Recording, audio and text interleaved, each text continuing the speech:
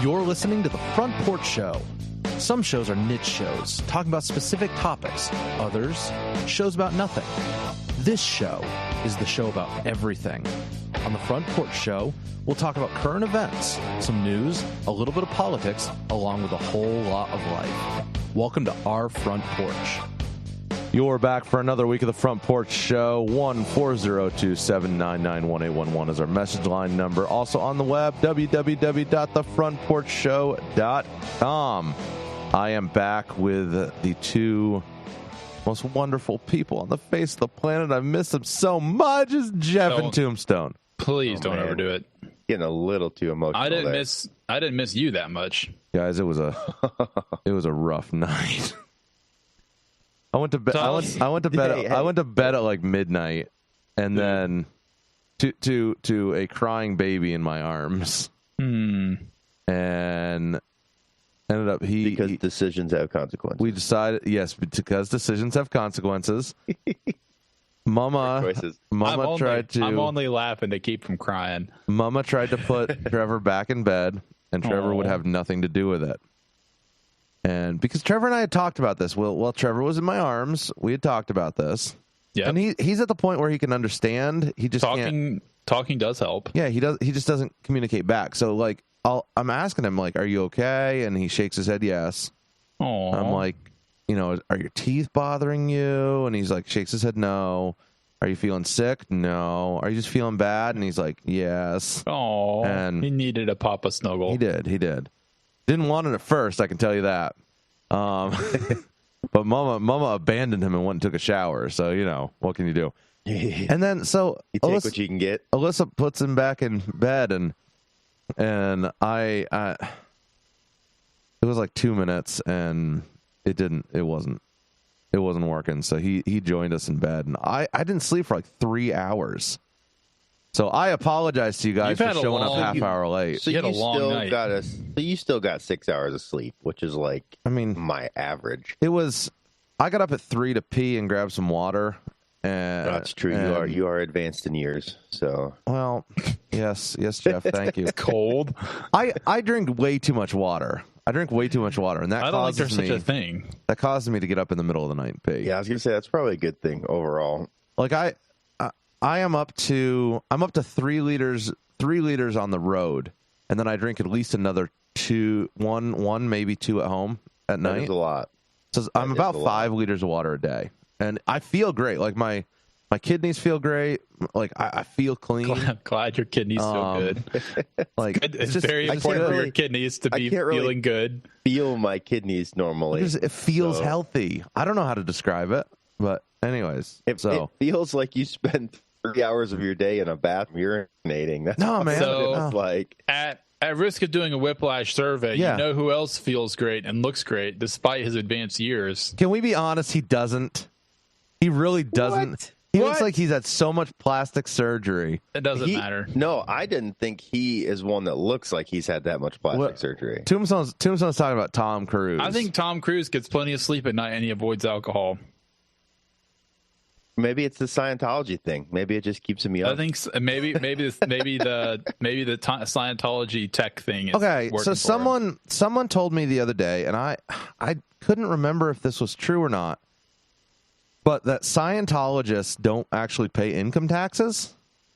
That can't. And that's part of the reason why that's why he can afford such good plastic surgeons. Well, that's part of the reason why all the rich and famous are part of Scientology. I don't know. I don't know if that's true or not. I'm Googling this right now because I want to know. I mean, the whole... comes up as a Google search. So it may be because it's a church they can donate. Well, right, because that's... But I don't think your personal income is going to be exempt. Because there's no way to get your personal income exempt that I know of. Unless you're a Scientologist. No, like, I thought the same thing. I was wondering, like, I heard the guy saying this, and I don't remember who I was talking to. No, the church of Scientology, to the extent that it is a church, but it is a 501c3, so they are exempt, but the parishioners... I don't think you're... Yeah, the parishioners who are chasing those Thetans, whatever they call them. I've never researched it. Don't. It'll take you down a very strange space-oriented rabbit hole. I don't want to go. So you do know Ron Hubbard, right? who he know was? who he is. I know he was a science fiction writer, right? And was like, "Hey guys, hold my beer. I'm going to invent a religion." I mean, and he did. If it works, it works. Have any of you guys seen The Master with Joaquin Phoenix and the other guy whose name I can't remember? No, I didn't. A couple years ago. Oh, I kind of want to watch it. Heath Ledger, that was Brokeback Mountain. No, Tombstone. Sweet Lord, just stop. It was. I thought Philip that Seymour movie Hoffman. had pretty much passed out of national. Not in Aaron's mind, because Aaron's still 12 years old on the inside. that is very true. So all that to say, Tom Cruise is going to be starring in the second Top Gun movie 30 years later. Top Gun Maverick is what it is. And my only comment on this is I'm pretty sure that Maverick would have been kicked out of the Navy after Tailhook. But he's Jeff, good, man. I thought Jeff would at least get that reference, but maybe not. Tailhook was a Navy scandal in which there was a bunch of Navy officers doing things they shouldn't have been doing in Las Vegas in the early 90s. Well, here's the thing. He never got that far up the ranks, so maybe that's true. Why he's actually addressed because he's still like trailer. what, a captain in the trailer. He's a cat. So he was what, a lieutenant, which is captain is like what, 04 in the Navy, I forget, or is it 03? Navy, it's a little different than the other branches. Yeah, because captains are kind of higher in the Navy than the other branches. But it's yeah, an 06. It's an trailer. 06. So that's I mean, that's pretty high. But you should have been a second admiral. Two-star admiral. Admiral. Yeah, right. Because because 30 years is a really long time. He should be like, and there's no way he'd still really be flying airplanes. No, because Navy's up or out, right? I would assume. Most of them are. I mean, the only thing is, I guess he could have kept getting busted down to stay at a rank where he could actually fly an airplane, but they'd have probably booted him, like you said. Is it? I mean, that many letters how hard in is your... the PT test for pilots? Do we know, Jeff? Do you know? Since you're the Navy nerd. I don't know once you're in there what it continues to be, but like the entrance PT test is the same as anything else to get in the Navy. Right. Just the standard. I mean, not like the Navy SEALs one, but but it's the standard PT test. So, you guys, do you think you'll watch it in the theater? Of course. So after seeing the trailer, I spent probably 30 minutes looking through all the streaming services to find the original. Oh, really? You don't own the DVD? It used to be on Netflix. Well, yeah, I think it's on Netflix. It's not. It is not on Netflix. So they pulled it right before the trailer came out. Because they're probably going to reframe. They're going to intentional. It. Yeah, absolutely. I feel like I saw it on Amazon fairly recently. So Walmart's got it for $9. Amazon's got it for $27. Well, you should own the DVD. So everybody should own Top Gun. DVD. Everybody should own Top Gun and Red Dawn at a bare minimum. Red Dawn, really the top two, Red Dawn. I'm not saying they're the top two. I'm just saying you should own them. You should own both Red Dawns. No, the second one was not that great. It was okay. I thought it was good. And now old Jeff is showing his age. The first one, I like the first one because it is a John Milius movie, and I have a severe man crush on John Milius. I don't even know who John Milius is. There's a lot of old movies that I feel like would be good remakes with the better like graphics and actual realistic understanding of like military procedures and guns. That's not the point 80s. Though. The point of Red Dawn is not to be realistic. That the point is to show how awful war is. So but you can get that. You can get that from when we were soldiers. Everybody dies in the end, and at the end they're talking about like they're alluding to like PTSD and how awful it was. That's what it's about. The point we're talking about Red Dawn, not Top Gun. Yes, where the point is resisting these people that invaded the U.S. That's the point. Right. But it's not. I'm not saying that wasn't. It was. I'm not saying. What I'm saying is it's not jingoistic. It's not. Oh, correct. It's not tactically realistic, but it is emotionally realistic. It is not. Yeah, it's not glorifying war like this is awesome. Like the part where they have to shoot their friend down like a dog in a snow covered field. Like that's not like rah rah go us. No, it's more like this really sucks. This is what happens if you're stuck in this. Yeah, dystopic. It's essentially like a Lord of the Flies. There you Lord go. of the Flies type. Have you guys seen Conan the Barbarian? No. with good old Arnold. You should watch it. It's actually very fun. I watched it for the first time a few weeks ago, and now that I'm a little bit more familiar with some of the Jungian and Nietzschean stuff that goes into it, I actually really enjoyed it. It's very over the top. It's very pagan. Tombstone watched pagan, it for the Milius pecs. wrote it. Milius wrote it that way on purpose. It's supposed to be over the top. It's not supposed to be subtle. So, anyways, Top Gun. So, Aaron, you're gonna go see it. Jeff, you're gonna go see it. I probably won't. I just can't get that excited about it. Oh my goodness! If I have the time, I might go see it. I really like the first to come out if it comes out. Here's the thing. I want to get your guys' opinion on what way is it going to go. Who's the bad guy going to be? What's the storyline going to be? Just based not the Chinese, because China's the biggest movie market on the planet. Yeah, just based on that trailer. What are your guys' thoughts? It'll be the Russians. They're going to invade. They're going to sway the election. And wait, Red Dawn. I think all right. So you guys know they wrote the Chinese out of the Red Dawn remake, right? It was supposed to be Chinese, and they changed it to the Norks because people. So on Maverick's jacket in the first movie, he had a patch that had the Taiwan flag on it, and people speculated that they've removed it. Now I don't know if it was like in Navy nerd terms. I don't know if it's because it was a specific cruise patch or whatever. But my goodness, what Reddit rabbit hole have you been down? Yeah, dude, I go down all. That's incredible. I watched the trailer. That's all I did.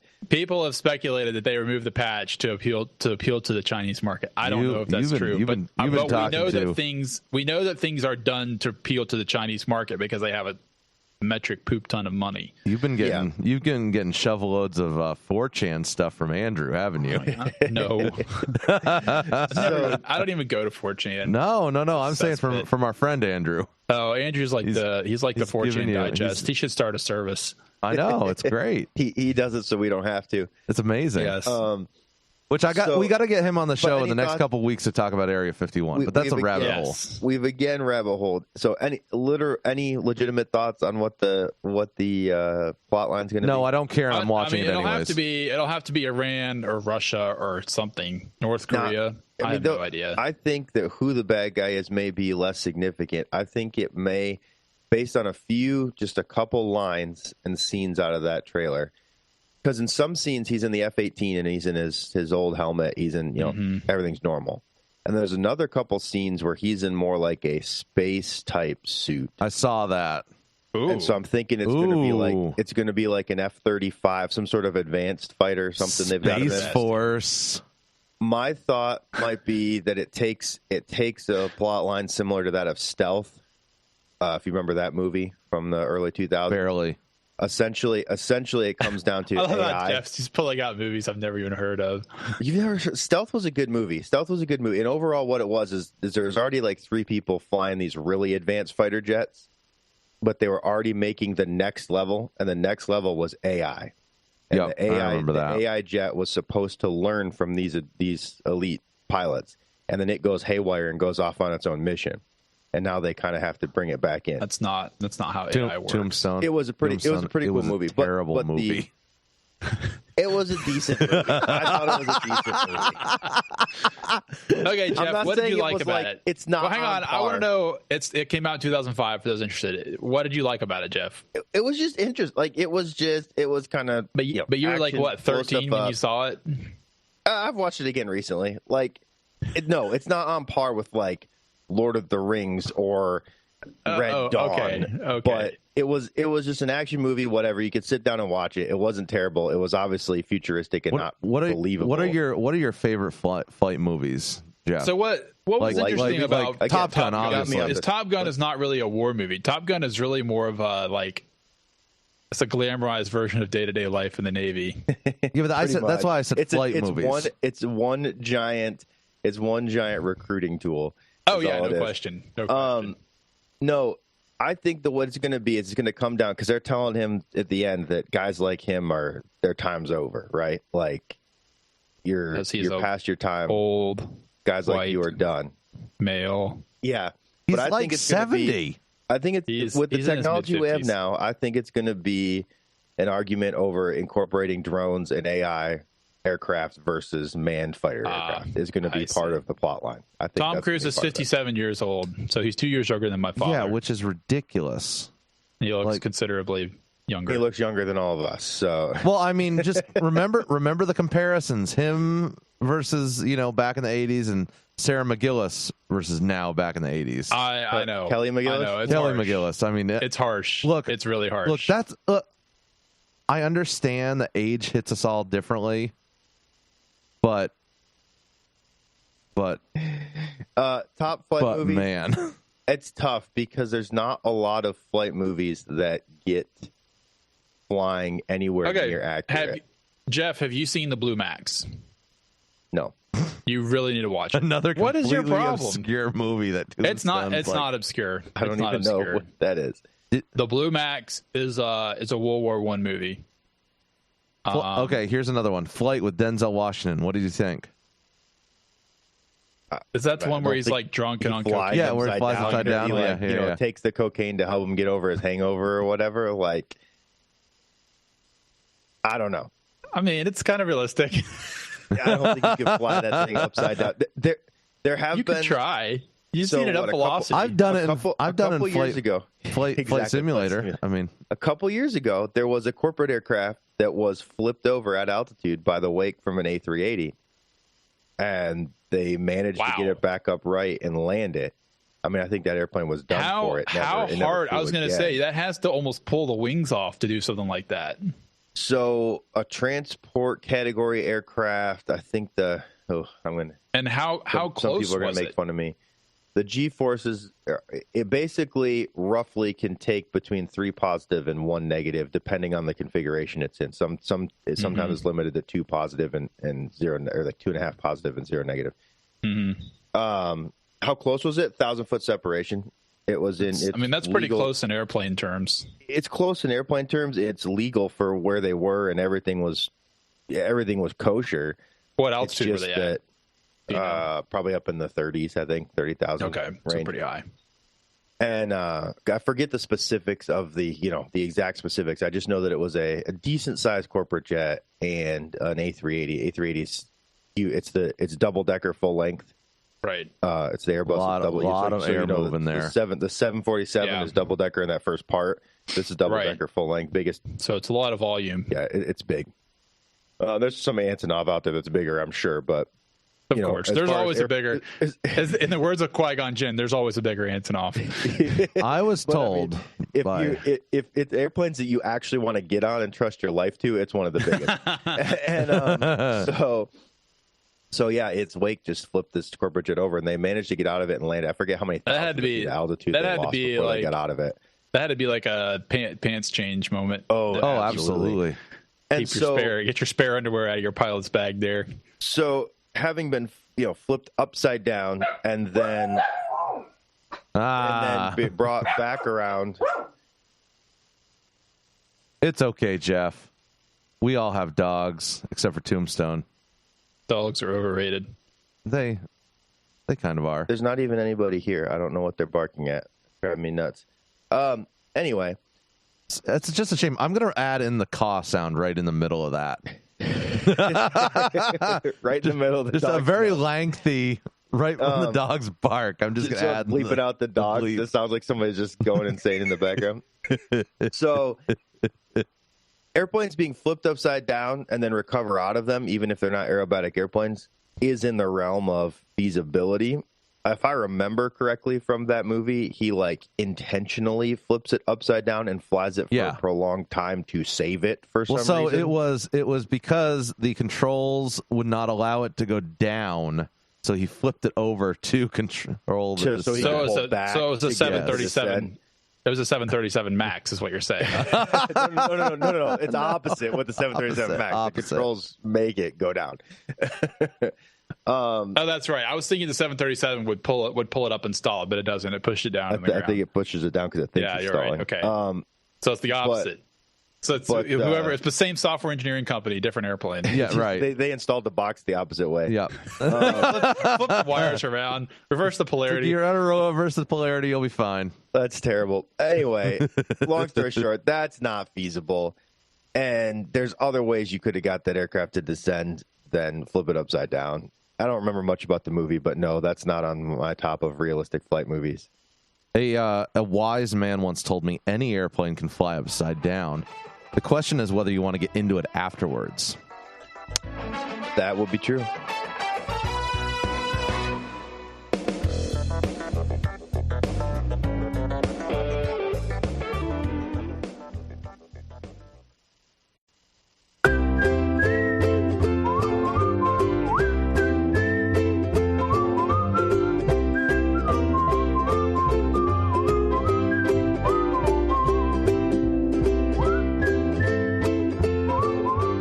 So, most of you guys know out there in happy listener world, we're Christians. We grew up in the fairly conservative side of Christianity, I guess. And the right side of the theological track, so to speak. Yes, the right side of the theological track. Meaning correct?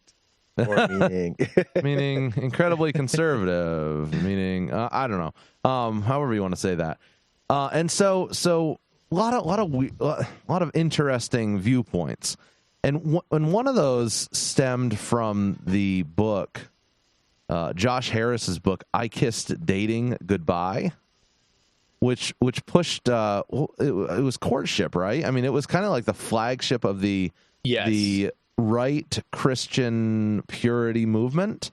Yeah. So just for reference, Jeff, have you read the book? I assume you have. I have not read the book. No, you've never read the book. It was very but it was big ubiquitous. when I was in high school. Okay, it was literally ubiquitous. Everyone had heard of it, but I did not read it. Aaron, have you read it? I have read excerpts. I've read it. I think I've read it cover to cover, but it's been like 10 or 12 years. So I remember reading it in like 2006, 2007. Someone gave me a copy to read. So this was when you were in college? Awesome. This was when I was in college. And I remember thinking, this is interesting, but this is not really biblical because it seemed to make assumptions and that are fairly far and above what I think is spelled out clearly in the Bible. So this is talking about going beyond, like, I hate to even use the word, but abstinence and not having sex before you're married and all this stuff. But it was like another layer of, I guess what I'd say, attempted protection for your heart, soul, spiritual well-being. And the idea was that by being super strict in how much romantic attachment you allowed yourself before you got married or engaged, then you would be somehow more emotionally and spiritually intact when you finally found your forever husband or wife. Yeah, is that a good summary? I think the premise is that if you fall in love with someone and then you break up with them, you're leaving a part of yourself with them, and you're less capable of loving the next person better. That's basically what it was about. And that's just a really creepy viewpoint. Well, yeah. I think the intent is avoiding a deep romantic attachment to, like, just the first person you end up dating when you're young, you're not ready for marriage yet, because A, to avoid making any mistakes due to your deep romantic attachment, and B, just because to some level, if you have that deep of a romantic attachment, like, it's going to leave an impression on you, shall we say. Not like there's less of you for your future spouse. I don't know that's a little extreme, but it's going to leave an impression on you, right? Like, it's going to be there. So what it amounted to in a lot of places, not everywhere, but a lot of places, it ended up to being people embracing a basic prohibition on, I don't even want to say casual dating, because everyone has a different definition of casual dating. Like, but anything that was not, we're definitely working on getting married dating or courting, or it got rid of the dating terminology in favor of explicit courtship terminology. I don't know if you guys saw that someone posted on my Facebook this morning a long screed about courting versus dating. I didn't see that. I didn't see that. It doesn't really matter. Summary? But I've basically, some people, like, explicitly they say dating is bad, courting is good. How do they define courting? Courting, which is you're only seeing someone with the intent to find out whether they're good marriage material, which that intent is good. The problem is I get really, really nervous when people start strictly defining things and saying you can only do X, you can't do X. Like, obviously, I've been on a lot of more or less casual dates, because it takes the process of getting to know somebody, especially if you're introverted, which I am, and my wife is very introverted, can be very drawn out. So, but all this is about is, if you're going to examine this critically, you want to look at the mistakes we made in the past, which is the purity culture, to the extent that we had it back in the 90s and early 2000s, was putting a whole lot of pressure on kids to not date too much, but also be really, really focused on finding somebody to marry. And at the end of the day, it actually reduced the amount of romantic involvement, but it also hindered experience and knowledge that you get from dating people and getting to know them and figuring out what you want to do. And Tombstone, in no way are you suggesting that abstinence before marriage is wrong or bad. No. In fact, I don't think I just wanted to clarify that. I just wanted to clarify on that because you mentioned purity. He's as pointing out, if I understand it correctly, essentially what you're pointing out is that in pursuit of this abstinence thing, and probably as a reaction to some of the, free love stuff of the 70s and 80s and whatever, the 90s and 2000s turned into, within our circles, of not only abstinence, but almost essentially abstinence of dating. Right. Not that. Exactly. I mean, I think all of us saw a lot of people read this book and still have like 4 different girlfriends throughout high school. You know what I'm saying? Like people kind of paid lip service to it a lot, but the thought was almost there's like one person out there for you. I wasn't allowed to date in high school, but then my parents became afraid that I would never date, and so when I turned like 19, they encouraged me to go on as many dates as possible. Yeah, pretty much. So it's like on-off switch. That's it wasn't really that bad. It was more. So I never. They looked at their awkward Tombstone child and said, "This child needs to learn how to deal with women." I never dated in high school. There was literally only one other girl in church who was my age, and she was more like a sister to me, and so that was a hard no. Right. And so as soon as I got to college, I was somewhat prolific. Dated a lot, and what spawned all this conversation? I'm sorry, I cut you off. No. I'm just saying. What spawned all this conversation is the guy who wrote this book. Exploits. So Josh Harris, who wrote the book "I Kissed Dating Goodbye," he wrote this. It was published in 97, and he was only 21 years old. He was very young and was not qualified to write this book. It's like, hold on, 21-year-old writing this book that would go on a limb, and you're welcome to email me at tombstone@thefrontporchshow.com. Josh, that book never should have been written, and if it had been written, it never should have been embraced as gospel by so many people, which, from what I can understand, it was. Not in my church, but I've talked to a lot of people who said we lived and died by this book. There were entire conferences, like thousands of kids going to these conferences where 22-year-old Josh Harris is standing there telling all these kids how to run the rest of their lives. Okay, so 2 years ago, Josh Harris was in a documentary where he basically, I don't say renounced, but he had a dialogue with people who had been served poorly by the advice in this book. I have not seen the documentary, but basically he has backed off. He has issued an apology for hurting people. Yeah. Because apparently a lot of people, as a result of this, I want to be very careful, as a lot of this over focus on sexual purity and chastity, it seems to have overshadowed other aspects of the biblical Christian life to the point where people were unable to form healthy marriage relationships. Okay. That does not seem like it is a unusual circumstance. I've heard many stories like this. And now, a year after that, he and his wife are getting a divorce. So everybody's like, well, no. Hold on. They're not getting a divorce. They're separating. They are separating, but living together in the same house as friends. They're getting a divorce. So even worse. We're gonna say we're no longer married, but we're gonna live together.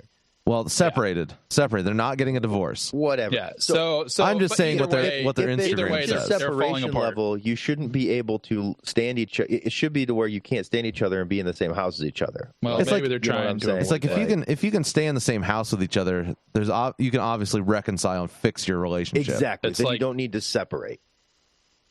Either way, obviously everything is not well in the Harris household.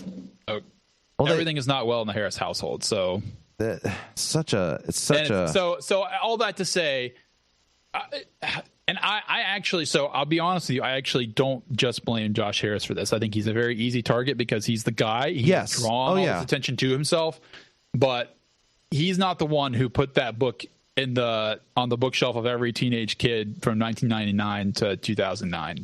That's not only his fault, and I think he probably only repackaged things that he had heard, whatever theological tradition he grew up in. I think you're solid on that. I think you're right.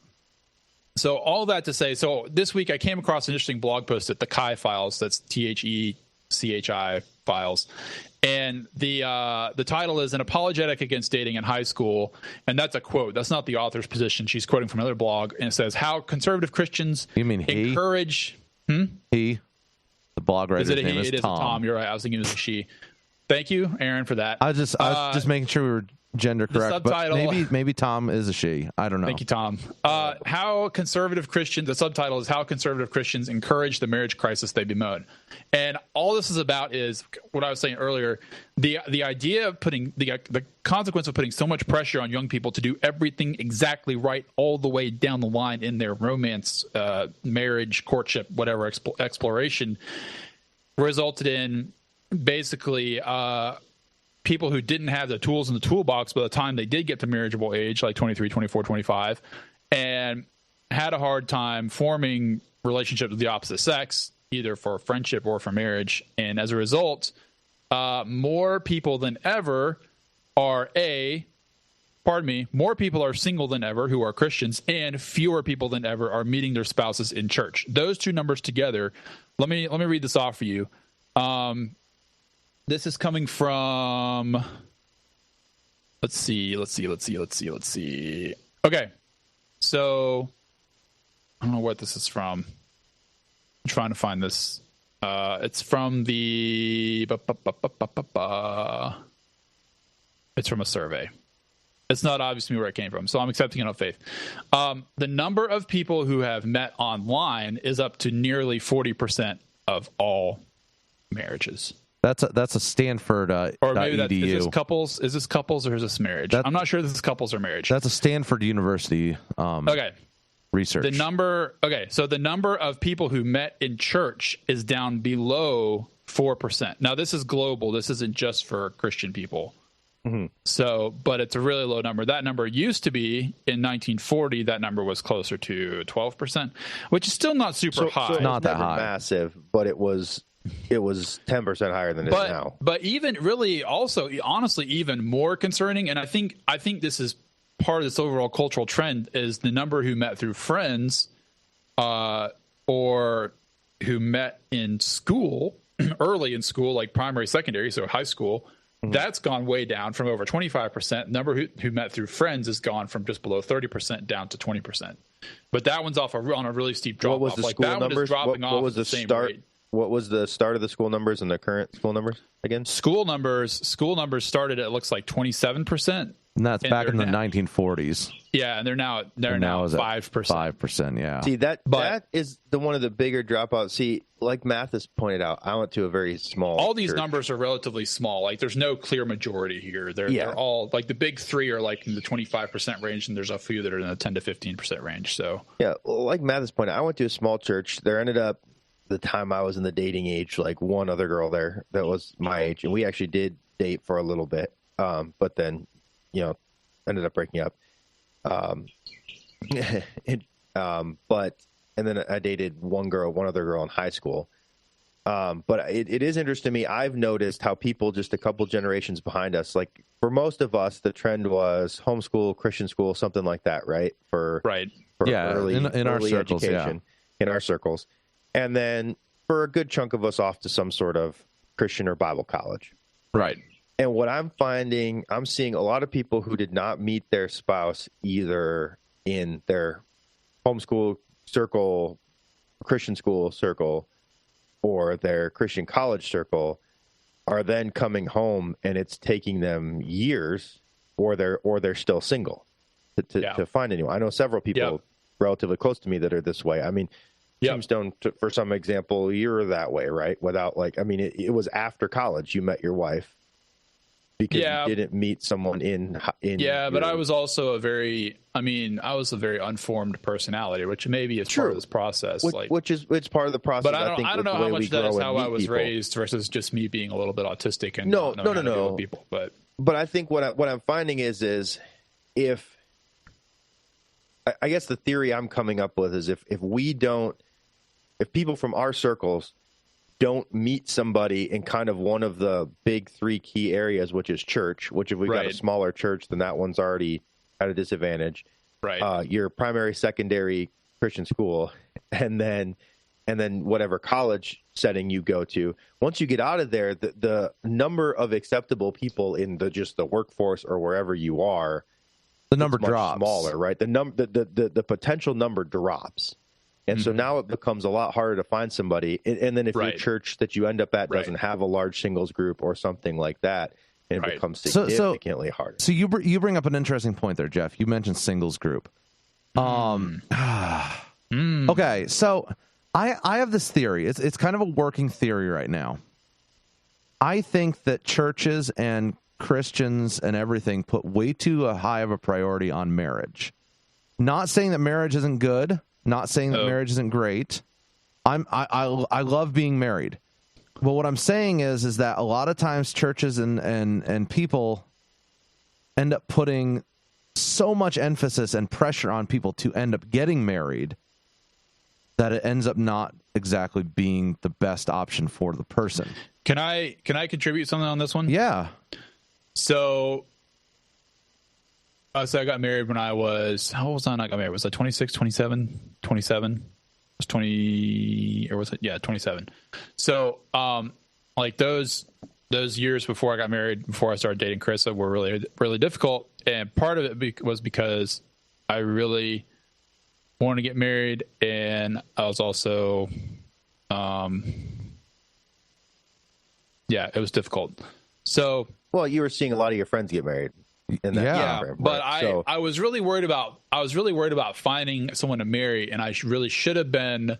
I feel like if I'd been more focused on building myself up internally and spiritually, then I would have been less frustrated, and I probably would have been. I mean, I kind of figured it out all at the same time, but if it had not worked out with my wife, then I would have been more successful going forward, if that makes sense. Do you think that's indicative of the church culture, or do you think that is an effect of the raising? I don't know, because I grew up in a little bit different environment, and the church I was attending at the time is not a totally typical conservative church on these kind of things. Like my youth group pastor when I was growing up, who his philosophy was dating is like driving a truck. If you're going to buy a truck, you need to drive different trucks and figure out what you like. That was literally what he told us.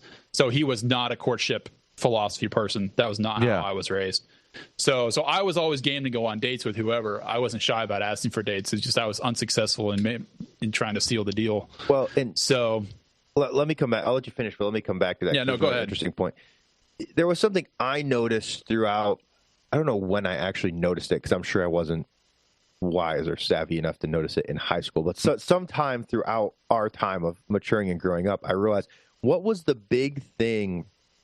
Maybe you guys didn't notice this like I did when we were like dating in high school, college.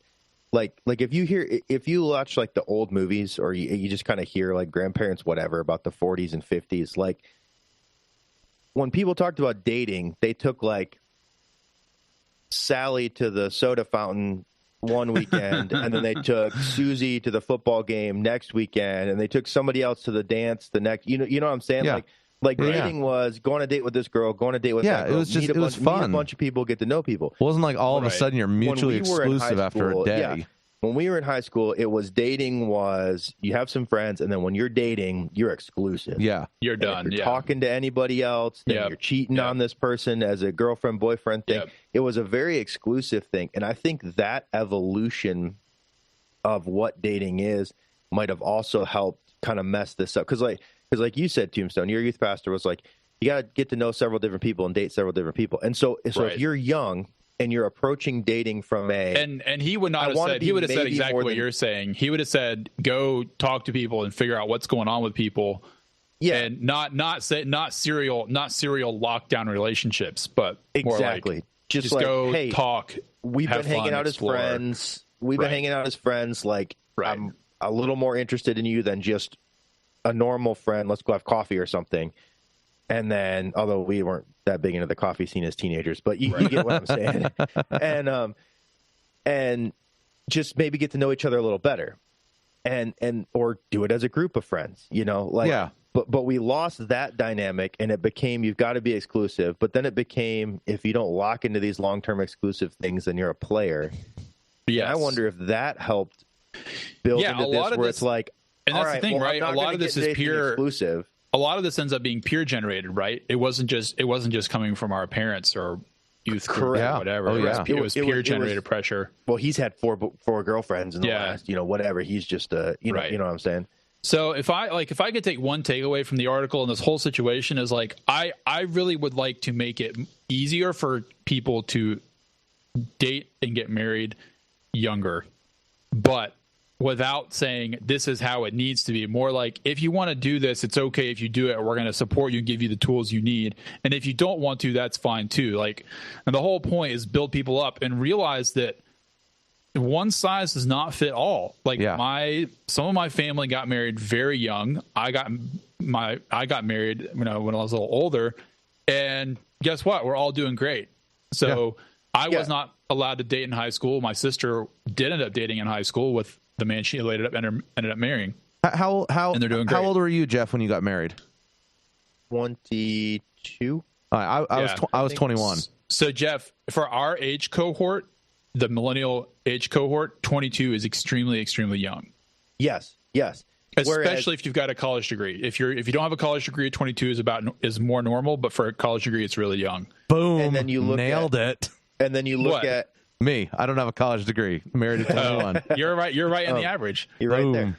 And then like you look at, I feel like for our parents' generation, it was probably very similar. It was probably more like 18 to 20. And then like, grandparents, it was like they all got married at 18. Due to a variety of circumstances, my parents were 30s when they got married. Yeah, and everything's different for different people. But you know what I find interesting is I feel like a little bit with our generation, the previous generation, our parents and grandparents who got married really young. And like, you hear the stories of them. We got married right out of high school. We were living in an apartment while I was going to college, working this job and going to like they have these stories like this. And they're telling us like, look, you're just out of high school. You got to go to college. It's expensive.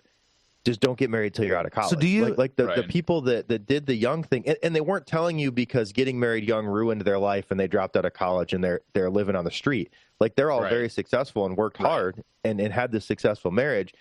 But for some reason, the advice shifted to wait later till you're ready to get married. Right. And I think, unfortunately, that's part of what's playing here, too. Just like you see some articles trying to explain the economic reasons for why people are like millennials are going to college and then coming back home and living in their parents' basements and are not married. And a lot of it is explained through economics. But I think these are all parts of it. But like we say about kind of being parents now at this point, if you wait until you're ready, you'll never be ready. And I think maybe there's a generation of kids now, they're thinking, well, I can't get married till I have the degree, the job, the money, the income. Right. I'm not ready. That's not and they're how just it works. waiting till they're ready, and it's not how it works. It's better to form a team and then crush it. I'd like to see the stat that shows the number of people delaying marriage versus the number of people who start living together before marriage. And that's the thing. Some people are just never going to get married because marriage is now passe for huge sectors of the population.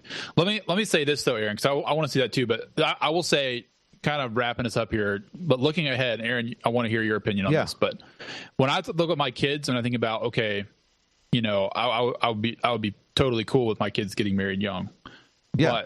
But my responsibility as a dad, remembering, okay, for how hard it was negotiating this process when I was, between 20 and 27. Like when my boy gets old enough and when my girl gets old enough, I want them to prepare them with the life experience that is going to make them as mature as I can, again, without forcing them and being weird about it. But when they're 18, they're functional. Yeah. Socially equipping. I mean, obviously you still, whatever your life experience is, you still have a lot of growing to do in your 20s. That's just life. But I would like to be more mature than I am than I was. I'm in my Probably more 30s. than I I am now. still have a lot of growing to do too. I mean, Right. So like- I would like anyone who Henry. listens to the show knows that all of us in our my 30s kids, still like need to I would mature. love for them have some travel under their belt, have some jobs for my boy. If he have him comfortable working with his hands and making money and having his own absolutely. side job, all this stuff that I wasn't able to do for a variety of reasons. I was completely mostly helpless when I was 20, 21. Until I was 14, I was very book smart, but not practically smart. Yeah. And when that is significantly reversed in the last 15 years for you. it very much has. No, it's true. It is very true. When I was 14, I started working on a farm, and it was trial by fire. I had to learn how to do things with my hands. I had to start working, and that helped me so much because, like, I was too busy.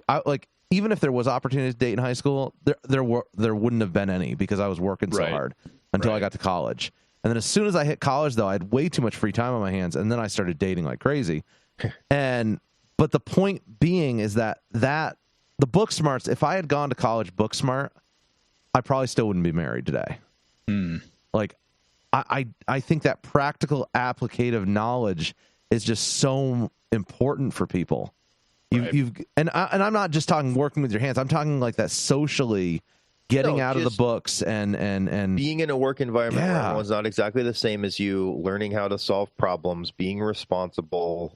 Yeah, I mean things that all our kids are being robbed of because you have to have insurance to mow lawns and you have to have a permit to sell lemonade, and nobody will hire you unless you're 21 with 6 years of experience. Yeah, and all this stuff now.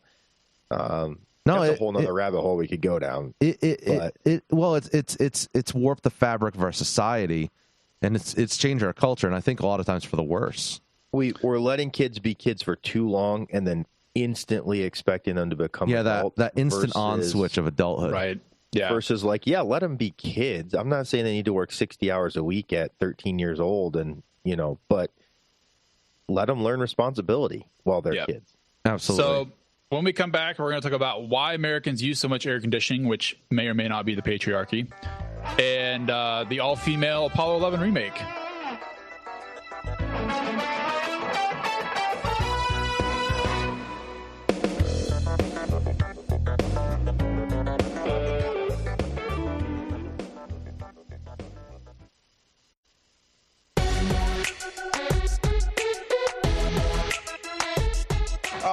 It's really quite funny. I was in bed sleeping at 2 o'clock this morning. My wife comes in and says, "Oh, the shop's been, someone ran into the shop." And I said, "Oh, what?" So I jumped out of bed and all I had was my undies on, and I've walked out the front and I've seen the car smashed, and I've seen the bloke walking back to the car. Oh, well, I tried stopping him and say, "Hey, mate, don't be taking off, you've just crashed into the shop." Oh, he goes, "Oh, mate, I fell asleep behind the wheel." And I'm like, "Yeah, righto, mate. Well, you still don't be fleeing the scene." And he goes, "Don't be a hero, mate." I wasn't trying to be a hero. I was just chasing down the street. And you ran down the street in your jocks? Yeah, in my undies. Yeah, correct. Chasing down the street in my undies, and then he started getting too far, and I'm like, "Oh, well, I better catch up to him quicker and come back home and drop my car." And started chasing him up the street in a little purple car. All good superheroes wear their jocks on the outside, so it kind of fits the brief, pardon the pun. Yeah, but I had nothing on bar me jocks. It has been so hot here in Nebraska. It's been ridiculous. Tell us about it. You can't wear anything but your jocks. No, so we decided with our good friends Scott and Kira the other day. Shout out to Scott who's listening right now. We headed down to the Omaha's Henry Dooley Zoo, which is #1 zoo in the world supposedly, at least according to fan ratings. They're in Omaha. They're in Omaha, yeah. It's a really. I've been there. It's absolutely gorgeous. They're so since you've been there, Jeff, they have changed probably a dozen things already. Oh, I'm sure there's probably been 10 years. They added in 8 years. They added in an Asian Highlands exhibit. They're building a whole brand new sea lion exhibit. All the creatures are Asian Highlands. Is that where the orange chicken for for Panda Express has grown? Yes, it is. Yes, it is right Sounds there. Amazing. I figured that would get a reaction. And so it was so hot that day. I mean, there was a couple times during that day, I'm sure we had heat exhaustion. Anyway, so we boogie out of there probably about 2. We head to this place, and I think you told me about this originally, Jeff. Spaghetti Works in the Old Market District. Did you tell me about that? I don't remember. I've been in the Old Market District. Yeah, I think you told me about that the first time. Maybe. Anyways, Scott, who in Chicago we could always trust his culinary expertise. He suggested Spaghetti Works, so we headed there. Right, we have lunch, amazing, unlimited bowls of pasta and sauce of your choice, $9, amazing. Is that a chain? I think there's a couple locations, but it was incredible. And then he's like, "But what about ice cream for dessert?" And of course, you follow the guy with the culinary experience, of course. So we go to this place, and they are churning the ice cream right there in front of you in old, like, awesome 1800s churns. And it was so good. It was a great experience until I sat down on some chocolate ice cream. So that's your story. You're sticking to it, huh? I promise you, I sat down on some chocolate ice cream. And so I stand up in order to let Myron out, because Myron's an absolute mess. And Mama needed to go take him to the bathroom to clean him up, because he was covered in ice cream, had just had two scoops of delicious churned ice cream. And Scott's like, "Dude, turn around." And I have this big old brown streak down the back of my pants. And it looked like I had messed myself. Oh, dear. You looked like Mount what's the early on we talked about people complaining yes, Mount Everest and the skid marks on America's Whitey Tighties. No, it wasn't Everest. McKinley, that's right, McKinley. Mount McKinley. Yes, I looked like the skid mark down Mount McKinley. It was terrible, guys. Absolutely terrible. Wow. Anyways, AC, Tombstone. Why do we use so much air conditioning compared to Europe? Well, I mean, Europe's normally the people complaining about us, right? They complain about us all the time. White patriarchal privilege that for some reason the Europeans don't have, but we do. Quite simply, the reason that we use more AC relative to the Eurozone is because it's freaking hot in most of the United States relative to the Eurozone, because we're actually a lot further south than they are. So Alyssa and I had this conversation the other day.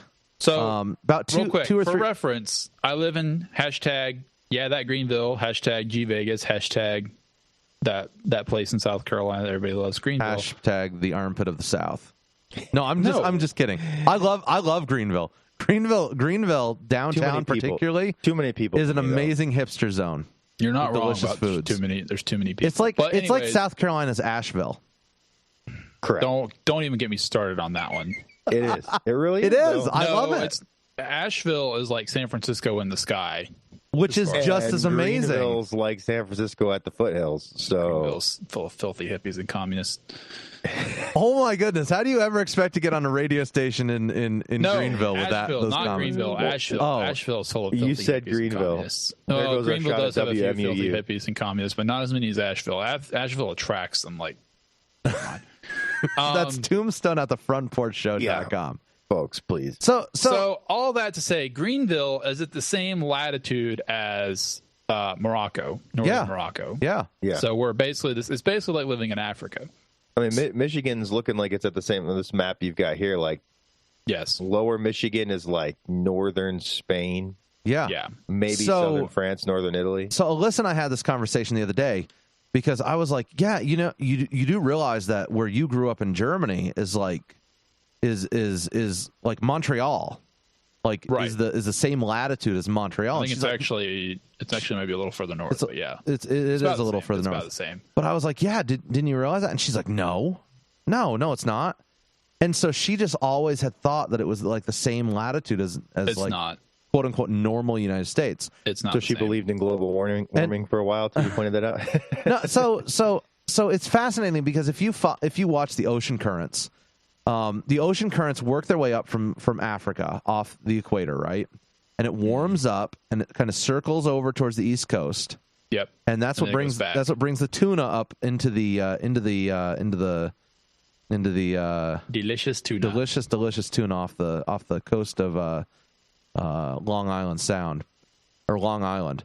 And then it wraps back around to Europe, bringing a really incredibly moderate climate to Europe, right, to where you don't need any AC. You don't need AC. And in fact, I have read very recently that in this heat wave, people have died. Elderly people in those, they're France sick, they can die if the temperature gets as high as 85 degrees, which it's actually a really for nice us day it's like here. a normal summer day. And I'm not saying like they toughen up. Like it is what it is. Like you get your people. We are are talking about the climate they're used to, but they also don't have AC. Like if the temperature gets above 80 here, the AC is going to be on. Oh yeah. So. Don't, Aaron. Don't be kind. I was sitting over here waving a white flag. Sorry, guys. So, anyways, for our 3 or 5 listeners there in the Eurozone, if you've never realized that South Carolina and most of the United States is actually south of Europe, then now you know. How much AC do you guys use? I mean, Tombstone, you're further south than we are. I mean, my AC has run almost constantly this summer. I mean, however, my house is not well insulated. I set my AC and forget it. Like, I mean, granted, the last 3-4 days it's been super warm here. It's been 90s. Mm-hmm. It's been upper 90s, almost 100 with a heat index of like 110. It shuts down sometimes at night, but it runs pretty much all the time. Yeah, mine's been running the last week or two. It's been running a lot here. Of course, same thing. It's in the 90s with heat index. But here's the thing: 100s here right now. Because of the way my house is built, it retains heat really, really well. So. There will be 3 months this summer, like for 3 months this summer, June, July, and August, and maybe part of September, I'll have really high electric bills, like in the $250, $300 range. And then the rest of the year, my electric bill is in like the $80 range. Interesting. So, so it's really it's not that bad. It kind of all evens out because when it's warm, I have a south facing or eastern facing window in the front of the house, so it warms up in the wintertime. It warms up no problem. And we'll run the heat at night, and during the day we leave it like 65. See, I've got a lower level. My house is like a tri-level, so I don't have a basement. But the lower level that's partially underground, still in this house, I've got every vent closed in it. Every vent in the lower level of my house is closed off as much as I can get it closed off. The only thermostat is in the stairs going to the upstairs portion of my house. Mm-hmm. It probably needs to be zoned out. And if I stay down, like if I watch a movie or play Xbox or something downstairs, I literally throw on a sweatshirt and long pants. I hate you so much. How cold is it? It down there, I have the house set at like 75. Do you have a thermometer down there, though? I don't have a thermometer down there. I'd have to check. The cold air sinks, so that air is pouring from your upstairs to your downstairs. And the house is it's underground. That portion of it is mostly underground with a couple windows above. And so it stays very cool down there. So that's been nice. That I can let the upstairs stay a little warmer and just stay downstairs if I need to. So that's one of my current issues right now is that my basement is incredibly cold. Like it's a walkout basement on 2 sides, but it's super cold because cold air drops. And so I need to finish putting in a door down at the bottom of the basement stairs to keep it in order to keep the air still up. And I'm still working on insulating the basement floor. Matter of fact, I've been on these hot days putting a fan at the top of the stairs down to my lower level just to try to get air circulating back up from the lower level. Right. So that it gets more cool air by the thermostat and doesn't run so constantly. And then downstairs isn't like a meat locker. Yeah. So what do you guys keep your air set at? Oh. For me, I leave it at 75. Yeah, that's the same here. In the summer, 75 in the summer and 65 or 68 in the winter. Usually I leave it 68 in the daytime and 65 at night. Winter's a little different, but in the summer I will pay to be cool. During the day, because we have that lower level that's cooler, I try to keep it at 75-ish to keep it from running so much. But at night, for me to be able to sleep, I turn it down to 70. Wow, that's cold. So as you know, since women operate at a lower body temperature, when NASA does the all-female remake of the staged moon landings, they can keep the offices somewhat warmer. They don't have to run the AC as much. So it'll save some money. Because all of the white men that faked the moon landing the first time don't have to keep them on the payroll. You've been toying with this conspiracy theory for a while now. Talk to me about this. I'm actually riffing off a Babylon Bee article they wrote, and it's hilarious. I'll the good old Babylon Bee. Tell us about it. If I wasn't on this show, I would be wanting to work for the Babylon Bee because, in my opinion, they are the absolute best thing going anywhere. They are. I will admit they are better than the Front Porch Show in some ways. So, Dateline from the Babylon Bee: NASA announces all-female remake of the staged moon landings. As a tribute to the 50th anniversary of its fake moon landings, the National Aeronautics and Space Administration has announced a reboot, I love that, of the staged event that fooled billions worldwide. Only this time featuring an all-female crew. NASA officials confirmed they will release a shot-for-shot remake of the meticulously concocted phony moon landing, originally filmed at an undisclosed soundstage 50 years ago this week by not Tarantino. Who was it? It was Kubrick. Stanley Kubrick. That's right. The rejuvenated hoax will follow in the footsteps of other recent all-female reboots like Ghostbusters and Ocean's 8. So you guys do realize that we did. It's not going to reach billions worldwide. We did videotape a whole bunch of stuff here on Earth for that, right? Like you guys know that, right? Like what? So I've heard this claim that there's footage that people use to say is faked because they did training and promotional shots, and stuff like that were done. So due to the bandwidth and everything coming from space, they weren't actually sure that they were going to get video from the moon during the landing, and so they had done like what History Channel does when they're like, this is a reenactment, those videos where they're reenacting the videos, right. And so they filmed a whole bunch of that here on Earth, and it ended up, it's one of those things that just over time people have gotten them confused for each other, and it wasn't denoted as this is a reenactment or anything, or this is a whatever. Now, have you seen the cast for this though? Here's the proposed cast for this. Wait. Tell me more. Pretty good. Rumors claim the part of Neil Armstrong will be played by Scarlett Johansson. I'm okay with it. Here you go. Aaron's like, I can live with that. No problem. That we can live with, right? We can all live with that. Black Widow as the first man or woman. But Melissa McCarthy acting in the role of Buzz Aldrin. And the Michael Collins character will be played by Judi Dench, who was nice. From, yeah. I'm not sure if she can make a convincing astronaut. I think she's a little bit old to do a convincing astronaut. But can you see Melissa McCarthy? I can totally see Melissa McCarthy. The thing is, I would actually watch this if it was a TV show. Yes, I would. If it was a movie, I would totally watch it. Have you guys seen The Heat with Melissa McCarthy and Sandra Bullock? No, haven't seen it yet. I think I've seen that hilarious. One. It's hilarious. Melissa McCarthy is pretty funny. She is. Yeah, she is. She can get questionable. She did that one. Everything she does. She did that one with the Girl Scouts, where she started running familiar. She started running this like Girl Scout cookie scheme and like to run the Girl Scouts out of business or something. Like it was funny. I don't know. And then she did identity theft there with I thought Bateman was pretty funny. Can we squeeze in the deer hunting thing real quick? We should come back and hit that because I have a lot to talk about that with that Tombstone. Okay. All right. I'm excited, Tombstone. Deer season is just around the corner. It is 2.5 months. For some of us.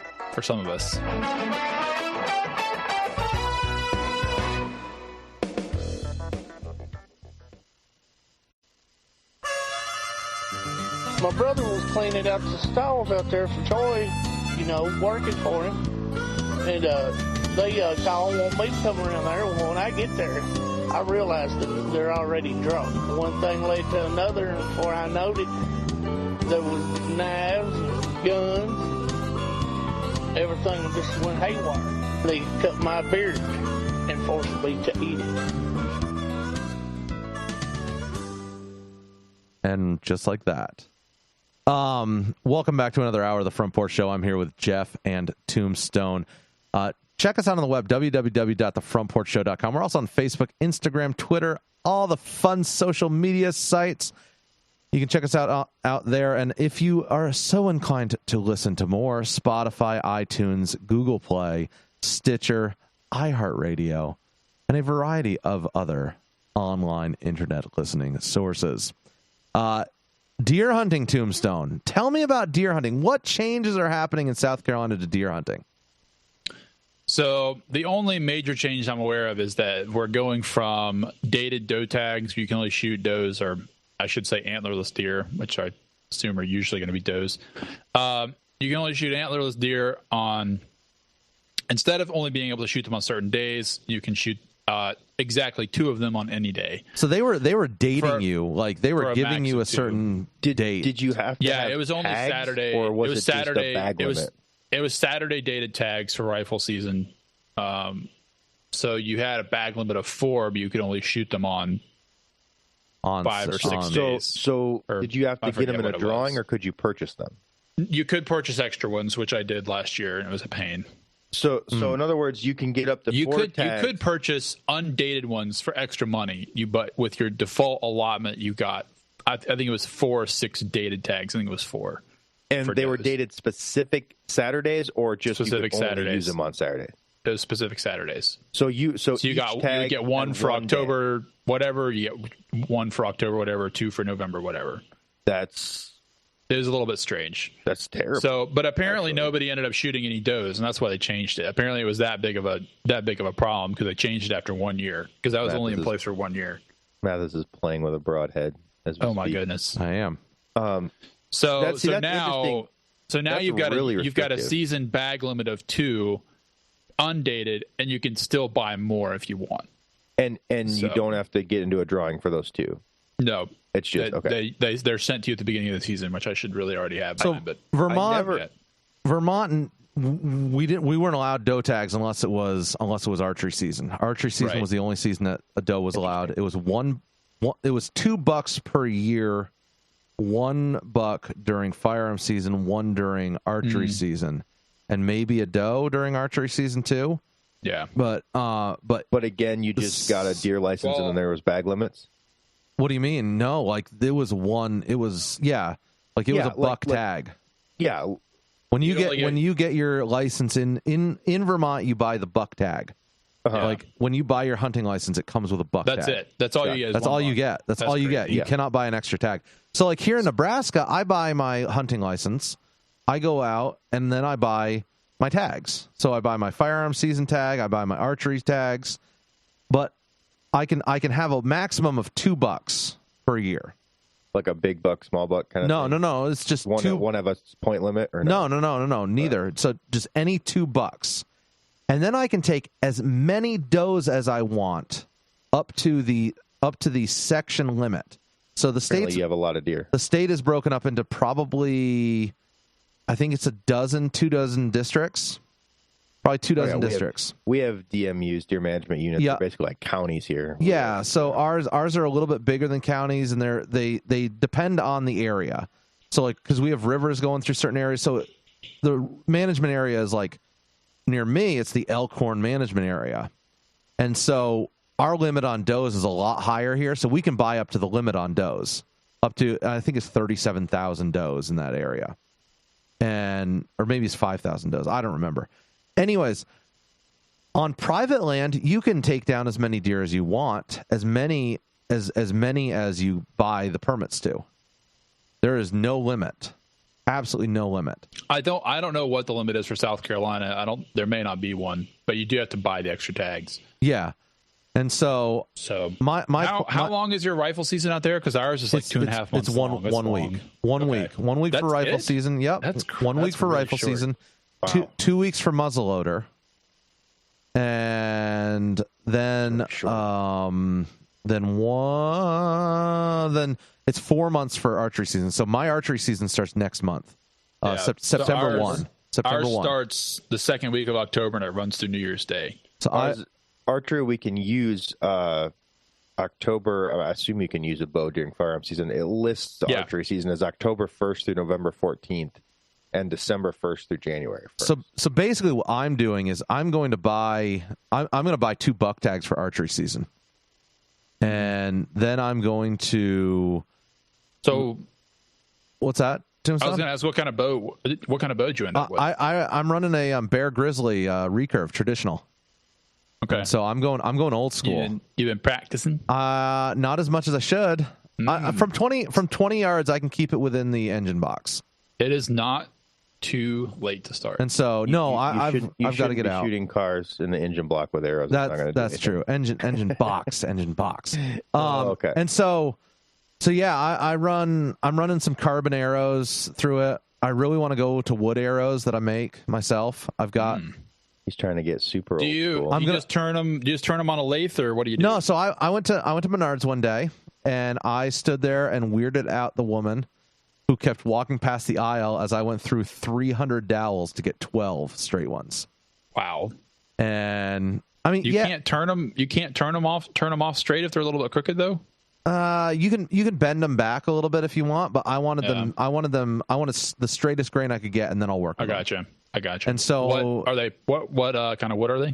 It's just like it's a hickory or something, or an elm, or I don't know. Just a standard dowel out of Menards. Pine. It's just pine. No, because I had the option for pine and didn't want that. Yeah. But yeah, no, like if all goes well this year, I may just forego firearm season next year altogether. And simply go and I'm actually toying with the idea of going flintlock for muzzleloader. You're gonna make this too hard on yourself. Do you I love I don't yet. I like the challenge. I'm actually going to build the flintlock. And how many? You did shoot one deer with your muzzleloader last year. I shot one with a muzzleloader last year, and I shot one with rifle. Jeff, did you hunt last year?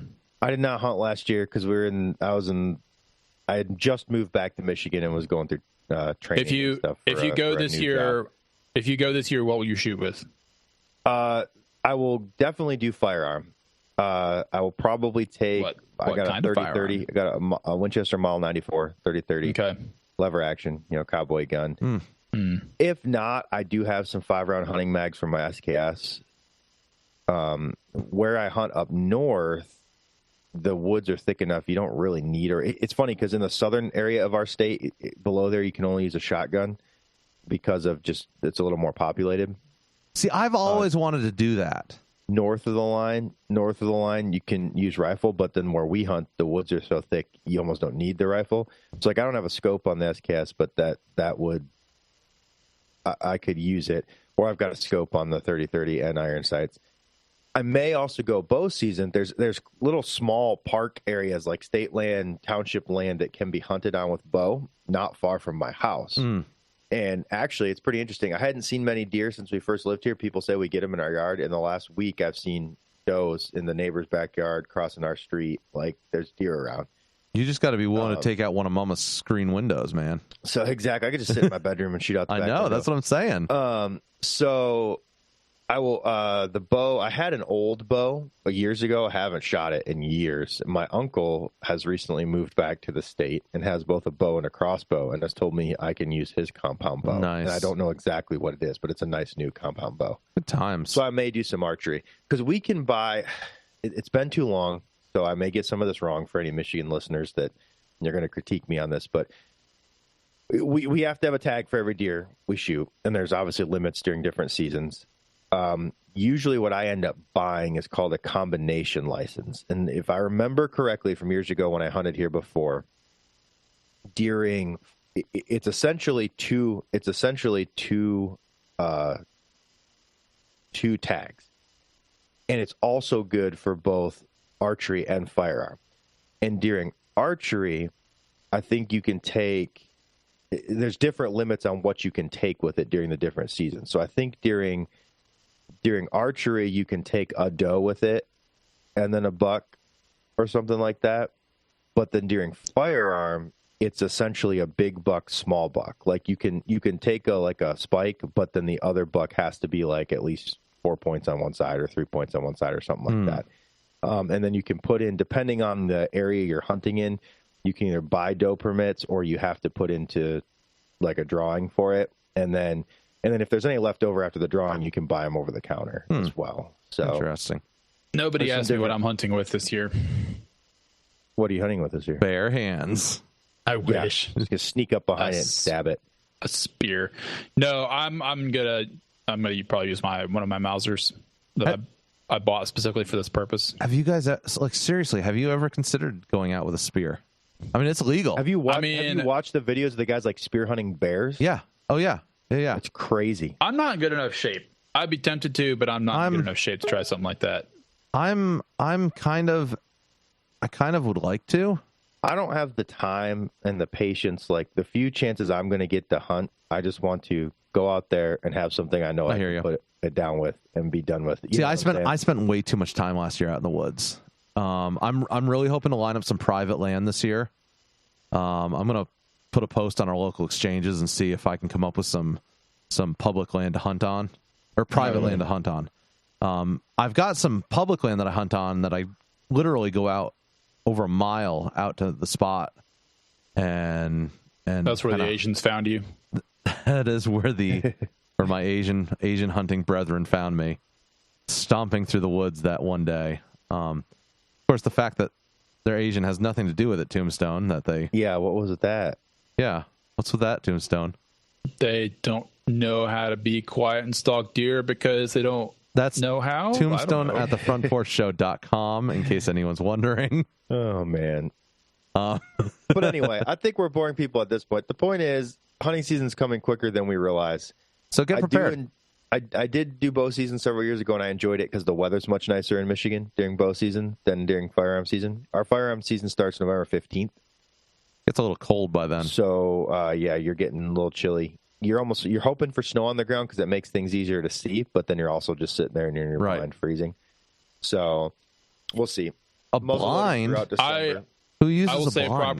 Proper equipment is essential. I have all weather. I have cold weather pants. Okay. And cold weather. Here's a question jacket. for you guys. You're in South Carolina. You don't need anything cold weather.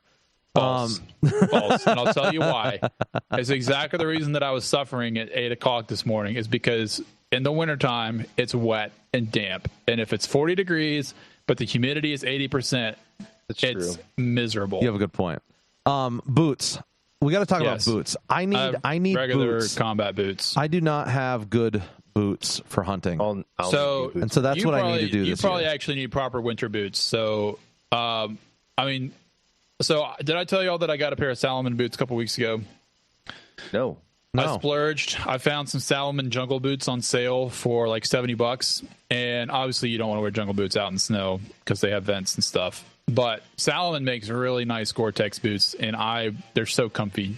If I could afford Salomon, I would buy Salomon every month, every day, every hour. I think the biggest key for your boots and stuff that I've learned is you wear too many pairs of socks and have too much going on and have things too cinched up down there, and it actually you don't want to cut off circulation less, to your less is more your ankles and feet. If you have a good winter boot, less is more. So that's the thing. I need something that's fairly waterproof because I hunt in an area with rivers, and oxbows, and so I'd like it to be waterproof, like up to my calf. You're going to need a snake boot for that then. And then. I'd like obviously something with good tread. Yeah, but something that's not like I don't have a specific recommendation. I will tell you that wearing wool socks helps. Waterproof suits. And I don't. Yeah, wool socks helps a lot. I don't know. I need to find something because like we end up with sometimes we can be hunting in like 3 inches of snow and then all of a sudden the next day it's 60 degrees and the snow's melting. Right. And I'm trudging. I like that word. Trudging through snow. I don't know if it is or not. I like the word. Trudging through snow that's like ankle deep. That's basically just water sitting there. And right. I want to make sure that I'm not not getting watered up over the boot lip there. I don't know. We'll hash this out. We'll have to figure it out. Anyways, hunting season starts soon. Get ready, get prepared, and we'll be right back.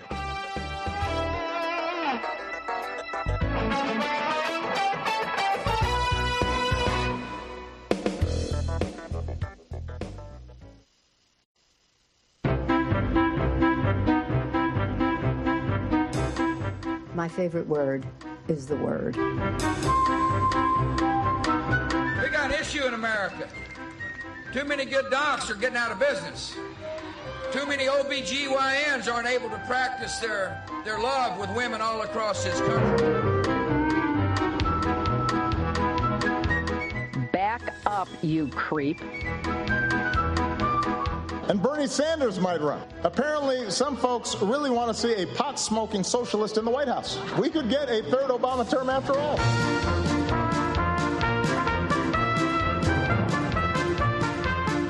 When foreign policy seems like it's, I don't know, about as sane as a clown car. Tombstone, what? Can you sum up what's going on over in Iran Sure. right now? John Bolton's mustache is a threat to humanity and must be stopped. War, Tombstone, war. That's not Jeff may have missed that. Jeff may have. I did miss that. I'm sorry. That's John Bolton's mustache. Jeff, is that John Bolton or just his mustache? It's just his mustache. That makes sense. Yeah, that's just John Bolton's mustache. Although I think his mustache would sound more like Sam Elliott. We need war, Tombstone. Yes, war. Sam Elliott would be a good. Why are we casting Sam Elliott as John Bolton's mustache? Because it's perfect. I think that'd make the weirdest show. Like, who's going to actually play the part of John Bolton with Sam Elliott like perched up on his lip? John? I mean, this conversation has devolved. I don't even know. I'm just wondering. I mean, it just seems weird. Tom Hanks is going to play John Bolton. Oh, Tom Hanks is John Bolton with Sam Elliott perched up on. Tom Hanks is busy playing Mr. Rogers right now. Is he really? Yes, he is. That seems weird. It seems appropriate though. He'll pull it seems semi-appropriate. Let's be honest. He's like Tom Hanks is like America's dad or granddad. Well, yeah, someone had to take the place from Cosby. Don't. What is talk wrong about with you this portions of morning? Our childhood. Just What do you being mean? I'm just destroyed. Okay, just a little bit chippy. For those of you keeping track of the Middle East and all the shenanigans going on in the Straits of Hormuz, which is the narrow part of the Persian Gulf before it goes out in the Indian Ocean, things are getting weird and a little bit frisky. I like weird. I like not frisky. in a good way. No, just stop. Just stop. Just kidding. Do we have any capability of muting him? We don't have. No, Sorry, we can't. no. He runs the show. We don't have access. Technically, to the I am the engineer and producer. He's our benevolent dictator. Can we? We need to fire you and get someone more tractable and. It's like the Bachelorette. rival. You guys are going to vote me off the island. We need to get somebody that starts the show on time. Anyway. We are all confused now. Well, brief us, Tombstone. That's not Bachelorette. I believe Survivor. that's debrief us. It's all the same thing. Oh. Yeah, it's all the same thing.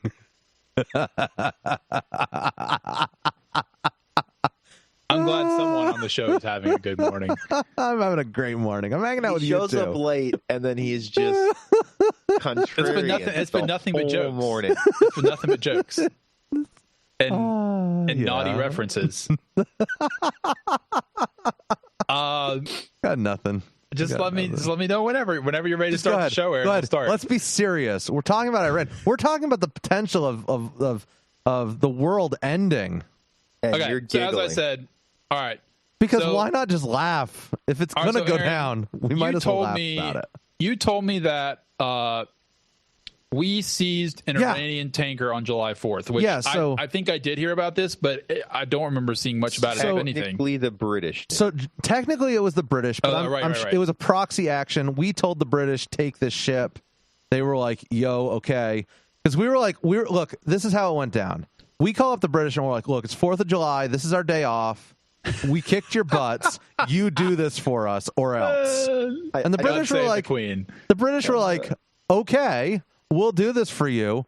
I'm not sure if that's how that went down. I know. I think that was exactly how it went down. Did you see the meme with the Queen like having like a shocked look on her face? Calls up. It says Meghan asked if we were having a cookout for the 4th of July. Yes, that might be my favorite 4th of July meme this year. I believe I posted that to the show page. How this went down is Trump calls up the Ministry of Defense over there in the UK and says, "Hey guys, nobody's picking up the phone down in the Pentagon. They won't talk to me. I need you to take care of this for me." That's right. Yeah, because they were shut down. It's a vacation day. If you do it, I'll put you up in the penthouse suite in Trump Tower next time you come to New York. And the Queen was like, of course. Yeah. And I don't know if the Queen is susceptible to Trump's charms, but the Ministry of Defense might be. That's a good point. Good point. Anyways. So Strait of Gibraltar, the British seized a tanker belonging to Iran that was supposedly violating sanctions and taking oil to Syria, war-torn Syria. Is that really us, though? Do we really give a rip about European Union sanctions in Of course Syria? we do. Of course we do. When we are our sanctions. When we are astute at carrying on proxy wars, of course we care what other sanctions are. Your realism. I'm sorry. It brings you down. Good. It brings you down. I feel good. I feel like we're in charge here on the Front Porch Show. We know what is up. I'm just saying. I think that's what's going on. So two ships were seized in the Persian Gulf this week, going around the Straits of Hormuz. So Iran's ticked. Was an they're very upset. One was an actual British flag ship, and one was a Libyan flag ship that was run by a British company. Yeah. Now that's the interesting thing, because the Libyan ship was let go. Oh, they were? No, other way around. I think no. The British ship was kept. No. The British oil was kept on site. The one that was owned by the British but run by the Libyans was let go. What? No, I guess what's concerning about this is not only that they stopped the ship or ships, but they also unloaded the crew. Like, it's one thing to say, we need you to park here while we assess your fine or whatever BS they're going to give them. That's something else entirely to say, we're throwing you in the hoosegow until your government pays up. Like, that's a different thing entirely. Yeah. I mean, I don't see this being an episode where everybody goes to guns, because there's always some excuse, right? It's not like Jeff outright says, piracy. Oh, no, Mathis was right. I think Mathis might be right. Yeah, I know. I read the article. So, but it was always Libyan, it was Liberian. Oh, Liberian, close enough. I thought Libya, Liberia. The Liberian one. So the Liberian one was released. I flipped it. So it was owned by the British company, and it was going. I don't know where it was going, but it was. You're right. It was Liberia. I misread. And I was reading too fast this morning. They let that ship go because it wasn't actually carrying British oil. The other ship was, or whatever, and it had closer ties to Britain. Anyways, but that ship has disappeared, right? Fuel. That other ship has disappeared right now. The Liberian flag one? No, the other one. The Liberian one is good to go. So the one we're talking about is the Stena Impero. Yeah. It was captured following an accident with a fishing boat and being held for violating international regulations. Let me just say, an accident, this is air quotes, accident with a fishing boat. Yeah. Which is code for, we happen to put a ship there. You were in international waters. We just decided to invade you. Yeah. I don't think it's disappeared, right? I think they're moving. They took it over and they moved it. Iran just happened to move it into their waters. It's been which is I mean, they took it. Let's just be real honest about that. They took it. I'll be honest with you. Like, I'm sure the Brits are upset. I have no idea what's going to happen. I don't know if this is one of those, send in the SAS. What's the end game on this? Like, what's the end game? I don't know. I feel like if the Iranians feel like they absolutely have to keep up with whatever they think is being directed against them, then it makes sense as a limited measure, I guess, to keep the UK and Americans on their toes. But of course, we don't really see it that way. We see it as piracy. One theory I've heard in other, I don't know what the right term would be, but from other sources that cover foreign, like international relations, foreign politics, et cetera, foreign policy. One theory I've heard is that, so Iran, they're, let's see, let me get this right. They're an Islamic nation, but they're not an Arab nation. Correct. Yes, that's correct. And many of the Arab nations in the Middle East have actually kind of a little bit gotten on board with, we need to crack down on some of this Islamism, and we can make money with the U.S. Like, let's just keep making money. You know what I'm saying? Like, they're kind of, some of those countries over there in the Middle East are like, we're sick of this nonsense. We just want to make money with the U.S. You mean like Saudi Arabia, who was implicated in UAE, 9/11, but yet we still sell weapons to them. There's other issues there, but the point being is a lot of them are just wanting to play nice to make their money right now. Well, right, and so they're not happy with Iran pulling its nonsense. However, the theory is that I've heard is that Iran is essentially trying to provoke responses against it to gain sympathetic, to then pull around and say, look at what the U.S. is doing to us, to essentially to try to curry sympathy with these other Islamic and Arab nations and try to play the victim to get support for them in their trying to cause conflict with the U.S. So they're essentially trying to bring retaliation down on themselves to then gain a favorable standing with these other Middle Eastern countries is one theory that has been that I have seen presented. It's interesting. And it's the only thing that makes sense, because why else would you want to provoke the U.S. and the U.K.? Well, I know that Mathis thinks the U.S. is trying to provoke Iran for excuses to take their oil. Well, no. But they don't have to help us, right? They don't have to help us by snagging I'm not the ships war. out of the I'm not Gulf. the warmonger here. No, your theory is that we're all warmongers. You're not the warmonger. You just think that's the theory. No, I think, I don't know. I don't necessarily think that we want their oil. I mean, I think we can get cheap oil elsewhere. But I think we just like picking on someone, because if you don't have a common enemy, all of a sudden you have to introspect and you have to look at your own country and you have to decide what's going on in your own country. If we can create this smoke screen with foreign policy, all of a sudden we don't have to deal with our crap that we're dealing with. Have you guys ever seen Wag the Dog? You should watch it. It's very good. Ironically, it was a movie that was boats. Well, we don't actually know they shot down a drone. They say they didn't. That was hilarious. Didn't they tweet that the other day? I think it was either late yesterday or this morning. I think the Iranians claimed they shot down a drone. What now is supposedly is that we took down one of their drones, and they're saying that didn't happen. They're saying that we shot down our own drone. On the 18th, the Navy destroyed an Iranian drone using electronic jamming in a defensive action after it came too close to the naval ship USS Boxer. However, Iranian officials deny that any of their drones have been down. By the way, it is really hard to jam a drone. Okay. Because you have to know, because they can operate on a pretty wide spectrum, and there should be, if it's designed properly, there should be more than one part of the RF bands that it's can operate on. You can send signals to and from. Now you might only have you might have a suite of sensors, but you should have the stuff that you're using to control it should be diverse. It should be far apart in the band, so it's harder to jam. Yeah, I think our ships would have the technology, though. And if you're using a ground-based jamming, directional jamming, you got more power, you have more options. If it's some kind of mobile rig, though, it gets a little more complicated, because you got to know exactly what frequency to hit it with. This sounds like it's a defense system on a ship. That's what it sounds like that took it down. So the U.S. claims that the USS Boxer took it down. And the response from the Iranians was, "We have not lost any drone over the Strait of Hormuz, nor anywhere else. I'm worried that the USS Boxer shot down their own UAS by mistake." Oops. It's like, that's what the Iran claims. The argument over the downing of the U.S. drone was Iran completely admits it was shot down. They say it was shot down in their airspace. The U.S. says it was shot down in their national airspace. I ultimately think so. All kidding aside, all warmongering aside, I think Iran just wants better price for their oil. You think they're just trying to jack the price of oil? I think they're navigating. Distress? Well, I think they're causing distress in order to bring us back to the table when it comes to selling their oil. I don't feel like we're going to buy that. Oh, probably not, because we're addicted to cheap oil. We like it. We like cheap oil. And so I think cheap oil? What's that? Why wouldn't you like cheap oil? Well, no, exactly. But why wouldn't they want higher prices for their oil? Of course they want higher prices.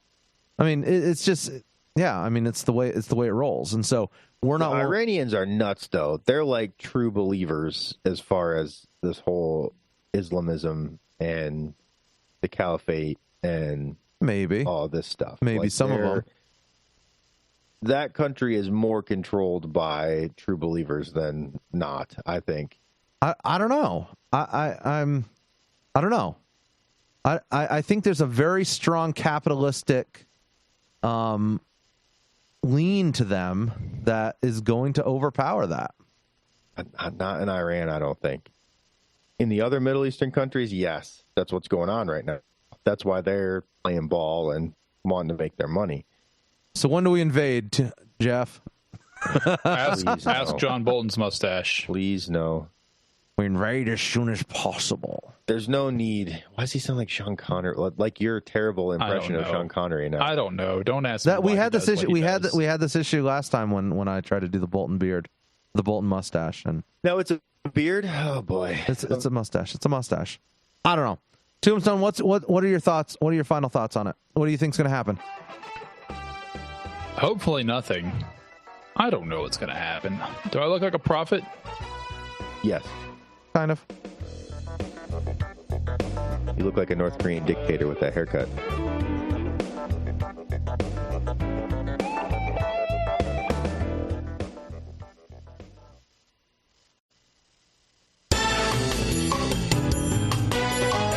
And we're going to build that wall. It's going to be a great wall. And let me just tell you, Mexico's going to pay for the wall. Never, ever give up. Don't give up. Don't allow it to happen. If there's a concrete wall in front of you, go through it, go over it, go around it, but get to the other side of that wall. Twitter is where news is made. That's what Tombstone tells us. Yes, it is. Ravaged. I really wish that was not the case.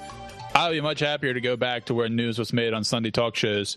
Wouldn't you? With Chris Wallace. But no. Such a nicer day. We live in this hellscape of politics. So we have to figure out what to do with it. And the president is making it better. Okay. Worse? So let's kind of rehash what happened. Okay, so like last weekend we end up with what happened, Jeff? I mean, you know better than we do. Sum it up. I don't, because I don't know details. I've been busy working on the house. I've been listening to a couple shows I listen to. Essentially, what's been going on for a while now is if you want to put it this way, for years, we know those on the left have believed some of these like deep progressive things, but they always sell you the standard liberal Democrat. We just want to help people. We need to have some more taxes for some more social. But there's undercurrents of very progressive ideology. Yeah, and it was. We're going to tell you this, even though yes, we're going to cater to this base back here and not tell you about it. Well, this new kind of freshman class of Congress women, mostly congressmen and women in the Democratic Party, they're true believers. Kind of like we were talking about last segment. They're true believers, and they just lay it out on the table. Like the older class, the Joe Biden, Nancy Pelosi, he's not there anymore, but Harry Reid generation of Democrats is saying, whoa, you can't come out and tell them what the end game is. America's not ready for us to say, hoist the hammer and sickle yet. But these new ones are out here just waving the hammer and sickle all over the place. So you got Ocasio-Cortez and Rashida Tlaib, unfortunately, from my state, and Ilhan Omar, and then now this Presley chick has joined with them. And, you know, I think Trump's calling them the squad, or somebody's calling them the squad. They're calling themselves the squad. I don't even know. I think they called themselves the squad. There's this all-out like civil war between them and Nancy Pelosi now, because they're now Trump calls them the squad with two sets of quotation marks on each side because he's a boomer and he tweets. So. And probably an extra ellipsis thrown in there as well. There's civil wars except going it's on. Actually commas instead of periods. Who knows? It probably says covfefe somewhere. So the civil war is happening between Nancy Pelosi and these people because they're saying we want to go full on progressive nightmare. Let's just let the people have it. And Nancy's saying the people aren't ready for this yet. You can't show your true colors. It's going to hurt our election chances. And so over the weekend, that was going to be the big story. Well, then I don't know the exact details of the tweet. So AOC, Ayanna Pressley, Ilhan Omar, and who's the fourth one? Rashida Tlaib. They're like in a knockdown drag out with Nancy Pelosi, and presumably other people. But the best words. Oh, sorry guys, sorry. But his words Keep are going. not the Sorry. best words. That's ironic that pipes in here because he essentially tweets out something about them over the weekend. And for those of you, I've heard a couple different takes. Of course, everyone runs to Orange Man Bad or Cheeto Jesus Saves. Like there is literally no. Okay, I'd never heard that second one. That's amazing. I love. You've never heard that? No, I've heard the first one. Obviously, that is a common phrase on some of the shows I listen to. One of the big shows. But that's the opposite. That's the opposite of Orange Man bad. Yeah, Trump is uniformly awful. Trump is uniformly awesome, and he's probably actually a Christian pretending to be a pagan. Exactly. By the way, one is Trump is a deranged idiot. The other side is he is playing 47D chess in outer space blindfolded. By the way, did you see the Babylon Bee article the other day that they produced that said Baptists finally decide that they need to turn on Trump after they see video of him dancing? That's awesome. Anyway, that's an excellent. It was gold. Article. It was gold. That's the thing. That's part of the thing. I agree. So really, there's this rational middle ground where the man's not a totally deranged idiot, but he is not playing 47D chess upside down blindfolded in outer space. He's a narcissist, and so the Diet Coke drinking, tweeting narcissist. The theory I've heard that makes the most sense is this weekend with this tweet that got all this attention was not, I'm going to take it to him, I'm setting them up, I'm baiting them. It was, you're not talking about me for a news cycle. I should be in the middle of this. I got to throw my comments out here. And some people were actually lamenting, some more rational people were lamenting Trump doing this because it's like, just let them implode. Let them fight their civil war. It's honestly the best chance for not letting the crazies take over completely in 2020. And so Monday seemed to be a day of lament against some people on the right because it's like Trump stuck his foot in his mouth. And now the talk is all about Trump is a racist because he made some comment on Twitter, which if Trump literally says anything, it's racist. Okay. Like if Trump said the sky is blue, so that would be code for racism. But ironically, by Tuesday of the week, I think what you're looking for, the phrase you're looking for is a white supremacist dog whistle. Yeah, exactly. Now, what Trump said was idiotic. Okay, can we just? Do you have the tweet in front of you? What Trump tweeted was absolutely idiotic. I've got to pull it up here. Give me the Trump tweet. The point being is somehow with Trump, and this just shows you how crazy the other side is what should have turned into a loss for Trump because he said something idiotic and the news cycle turned against him. The squad shows up on Tuesday and doubles down with their insane, he's a racist rhetoric. Right. And it actually has circled back around and has probably worked in his favor. Right. Because they're continuing to show themselves crazy. And the key people who are going to decide this election, especially women in the suburbs. Yes, the infamous white women in the suburbs demographic. They're going to decide this election, and they really don't like Trump, but they really don't like the other side looking crazy like they look. And if those are their two choices, the theories I'm hearing are is if the economy remains strong. I can't claim like original analysis for a lot of this. This is based on things I'm hearing from sources I would trust. If the economy remains strong, Trump will probably win if the left keeps the crazy train up. Right. And take that for what it's worth. You all know here at the show, we're not exactly on the Cheeto Jesus saves train. Since Tombstone loved that phrase, except for me, we don't think he is just this immaculate savior. But let's look at this tweet. Let's look at this tweet. This is what Donald Trump said in response because he wanted the limelight here. Just so interesting to see progressive Democratic congresswomen who originally came from countries whose governments are complete and total catastrophe, the worst, most corrupt and inept anywhere in the world, if they even have a functioning government at all, now loudly and viciously telling the people of the United States, the greatest and most powerful nation on the earth, how our government is to run. Why don't they go back and help fix the broken and crime-infested places where they come from which they came, then come back and show us how it is done. These places need your help badly. You can't leave fast enough. I'm sure Nancy Pelosi would be happy and quickly work out free travel arrangements. Okay, so he never specifically mentions them by name. Dog whistles, Mathis. It's all dog whistles. He never mentions them by name. So I was trying to figure out what exactly trips my trigger about Ilhan Omar, and I don't know actually what it was. I feel like, I don't know. She really gets under my skin, and the reason is not because of positions that she holds, because I get the impression that she really just doesn't like us that much. No, she hates this country. I mean, that's why. I mean, she's here to take it down. I don't, not like single-handedly, like a member of. Isn't she? Hold on, guys. Hold on. Worse. I have said much worse. I've told people to go back to Yankee Land where they came from. Guys, isn't this what You've probably told me that a few times. Isn't she doing what we tell people to do? If you care about the state of the country and actually want to do something about it, then get into politics and change it. I mean, she is. She is. Guys, she is doing exactly what you guys have said. She is. I wonder. But we don't like her viewpoint. And I agree with you. Her viewpoints are terrible.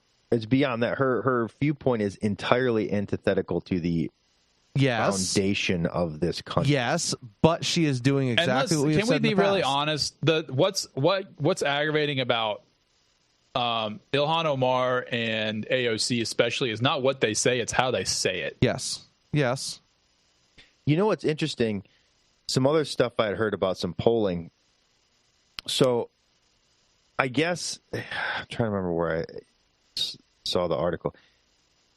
I guess, we on the right, where people are obsessed with just getting clicks and it being funny and memes and the great meme war of whatever, okay, which we're going to lose if we think we can just fight this thing with memes. You got to get out there and fight with principles. But anyway, I think the left does it. We obsess, not we, the royal we or whatever, because I don't think we do here, but people on the right obsess over AOC and, what dumb thing did she say next? Or she was dancing in this video from college, or just all the stupid stuff, right?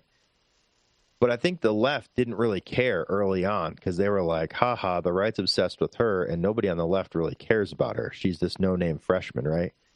There's apparently some internal polling from the Democrats that now realize that AOC has like 70-some% name recognition, like household name recognition on the left.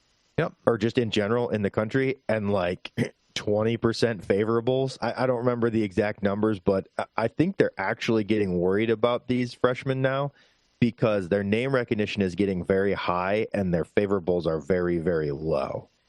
And they're going to cause problems for the Democratic Party. Yes. By the way, did you see who's running against AOC? No. Who cares? No. It does. It matters. No, it doesn't. It does matter. It does matter. Whatever squishy Republican you think you're going to get in that one district of that state that's all but lost, it doesn't matter. The focus needs to be on places like Texas, where Beto O'Rourke almost unseated Ted Cruz, whatever you think of him. Her district means nothing. That's a waste of money in a fight that shouldn't be had. I don't know about that, man. You need to go places where your principles are honestly, already there and are being fought against and fight back. It really depends on what's available locally versus what has to be directed from the national. If you live in that district and you don't agree with her, you should run. Yeah, I'm not saying we funnel Republicans should funnel all their money towards the cause. But that seat doesn't matter an iota in Congress. It doesn't matter. It does matter. Don't white. Every seat matters. I'm saying do not turn that one seat into some epic money sucking battle just because AOC is an airhead and she's meme worthy, and so now we want to fight that battle. That's not the battle to fight, to waste money and resources on. There's other better battles. I don't disagree with you, but unseating her would go a long way to making her stop talking. We don't want her to stop talking, man. Jeff is right on this. Jeff is absolutely right. Trump's 2020, whatever you think of him, if you want Trump to win instead of whatever comes out on the left, his 2020 campaign ads should be just unedited videos of the squad talking. I'm not even kidding. She is. There's something to this. To the right side. It's a waste of political capital to try to unseat her, and it's a loss of essentially an ally if she's gone. Her talking and enraging people on the right and causing civil war within her own party is way more valuable than some squishy Republican in the state of New York. I argue that this is the same situation that's gotten us to where we are now. We keep being like, no, let them implode, and then they're like, then they end up, they have the seat. To be fair, that's what they said about Trump. I'm not saying leave all of them there. I'm saying there's other more important battles, and she is more of an ally than you realize. I think there's a case to be made for that, Jeff. I agree that she is a figurehead and she's really annoying, but I think she will at some point she will overextend. She'll run for governor of New York or something in her Senate and she'll lose. It'll be hilarious. She'll pull a Beto. I mean, where's he right now? He in Texas, walking down a lonely road with his dog. I think to close the segment up, Trump just needs to stay off Twitter. As I said back in 2016, Ivanka needs to amputate his thumbs. He needs to be off Twitter because Twitter is causing all these issues. I mean, it's terrible, and he may not. Look, I know exactly what he thought and why he said it. It was one of those situations. I'm sure he didn't mean it to be racist. No, and I don't think it was necessarily racist to begin with. I think it was just he's like they should go back where they're from, just like he says, the Hollywood Canadian left crowd needs to go back home where they're from. I mean, all that, it's just that is a if you will, a dog whistle for the right. Go home. Yeah, right. And whatever you think of the go home, go back where you're from, I think the point he's making is it's like you came from places that didn't work, and then you come into our political system and then try to make it like your political system that didn't work. Yeah, I think it's kind of the gist of that, right? When he's saying what really should happen is you should come here, learn about our system that works, and go back and then help your country work right or whatever. Is what he's going to say, what he's going to claim the gist of the tweet. The point is yes, someone needs to. Okay, for you Office fans, Creed wants to start a blog, and Ryan doesn't think it's safe for the world to see Creed's thoughts, so he opens a Word document and types an address at the top and tells them it's a blog. Yes, incredible. Somebody needs to pull something like that for Trump's Twitter, and then things would be better. It would help. It would help so much, guys. Something needs to happen.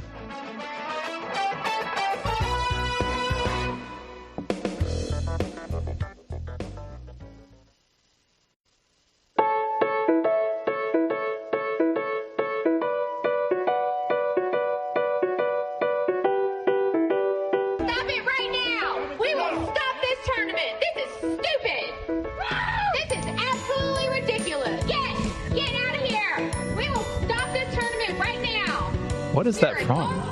And this is ridiculous. It is a cornhole tournament fundraiser. Adults fighting at a cornhole tournament. Yeah. It was in Georgia or something. Wow. Yeah. Update from a story last week. We talked about the alligator in Chicago, in the lake, in the lagoon, in the park in Chicago. The alligator has been found. Friend of the show, Scott, suggested, and rightly so, hats off to him. Every situation in Chicago where they are finding these exotic animals, this guy, Alligator Bob, is always there. The question is he the one releasing the animals? Is this like a firefighter setting fires? Yes. This is like exotic animal Munchausen or something. Oh, man. I mean, it's just okay. So, got to tell you guys real quick. We had a get together last night. I made 5 Chicago deep dish pizzas.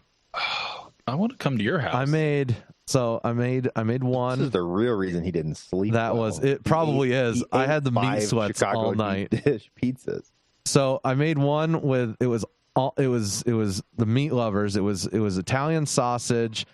bacon and Canadian bacon, because you can never have too much bacon. But yeah, it's just loin ham. It's just a cool name for ham, basically. Canadians can't even get bacon right. You have a really good point on that. Then I did what was supposed to be an Italian pizza that we found out after we looked at the package on the meats that it was actually a Spanish pizza.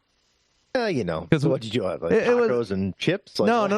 It was like that. That would be a Mexican pizza. Oh, good point. Mexican bowl. Yeah, it was prosciutto, but it was Spanish prosciutto. It was prosciutto. Yeah. Prosciutto. It was salami, but no, it wasn't salami. It was Spanish salami, and it was chorizo. Yeah, whatever. And so I was like, well, it's a Spanish pizza, not Italian. It's a sausage pizza. Of course, I did a veggie pizza. Lame. I know, but someone requested it. Okay. So I did veggie, and it turned out to be one of the better pizzas. It was just onions, peppers, and mushrooms, a whole bunch on this pizza. Bad. And then I did a barbecued pulled pork, pulled rib.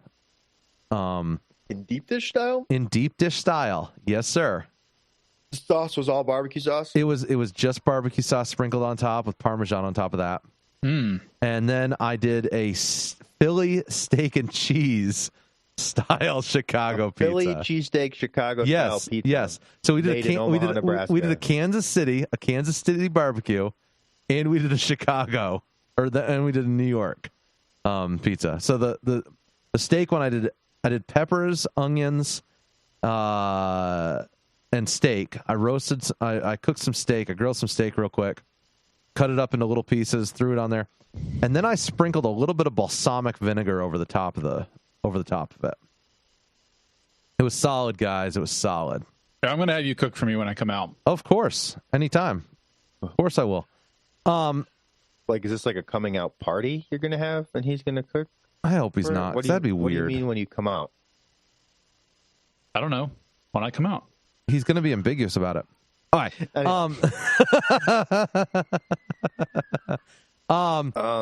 We gotta talk about Minnesota. I ran into a similar situation yesterday to this parent in Minnesota who a Minnesota toddler was so eager to get to the county fair that he drove himself back with his toy tractor. I love this so much. Two-year-old lives a block from the fair. This kid is going places and can see the rides from his house. To the fair. So he got his battery-powered John Deere toy tractor and drove it down the sidewalk through the back entrance of the fair.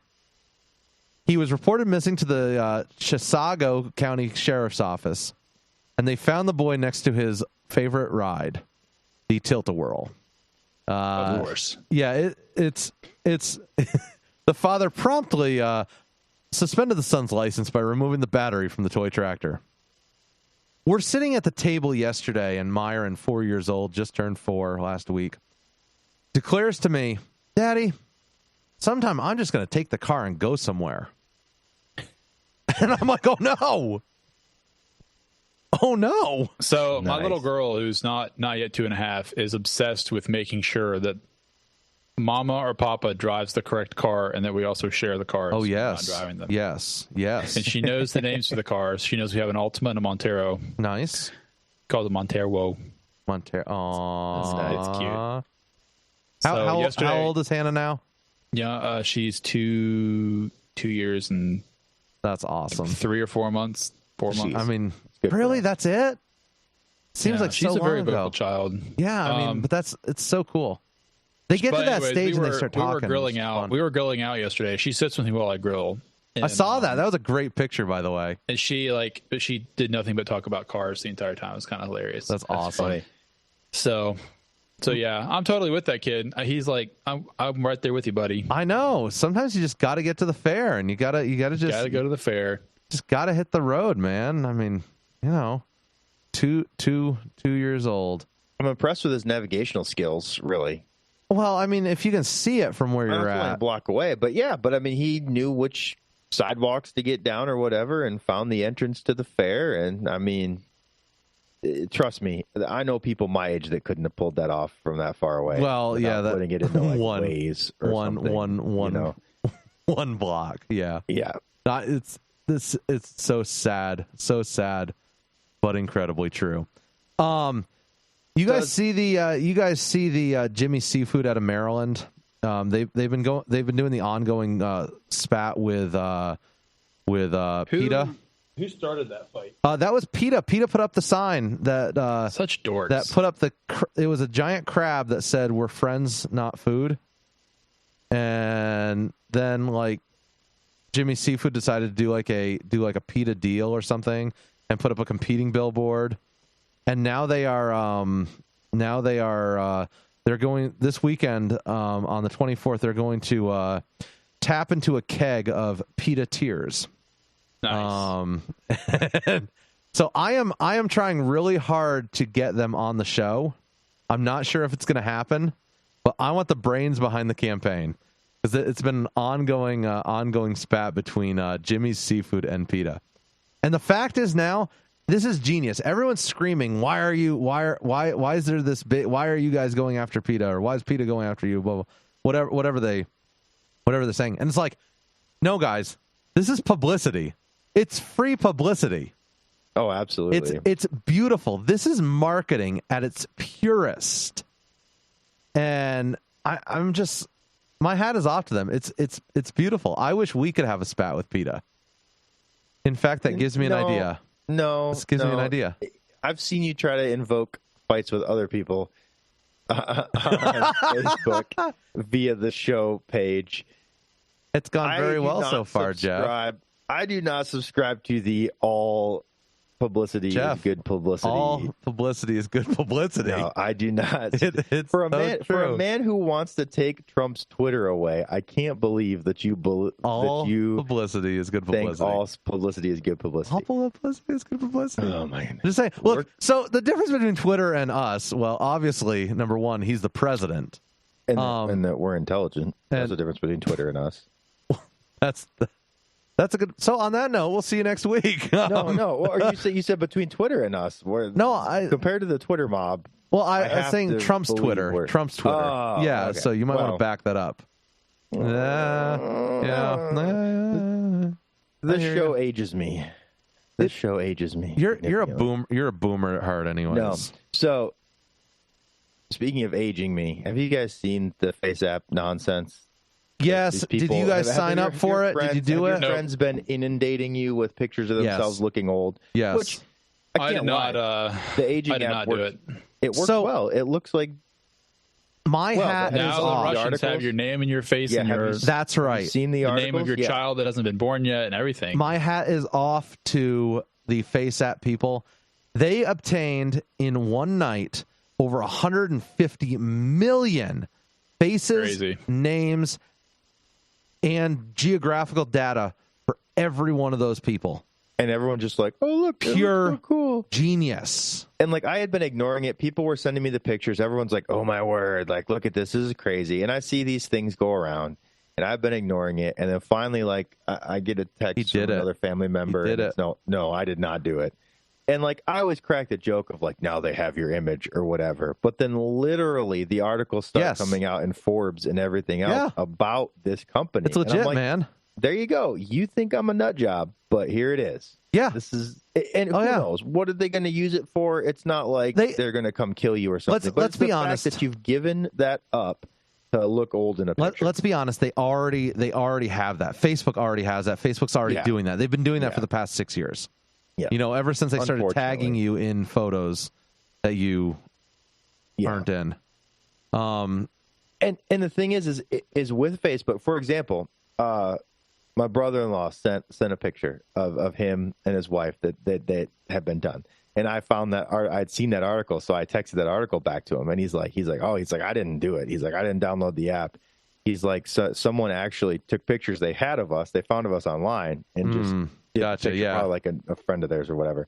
But I'm like, so there's really no safe way around it. No, there's not. If your not. friend wants to take a picture that you have public on Facebook or a picture they have of you on their phone and do it to be funny, now your picture's out there anyway. Oh, absolutely. Absolutely. So it doesn't matter.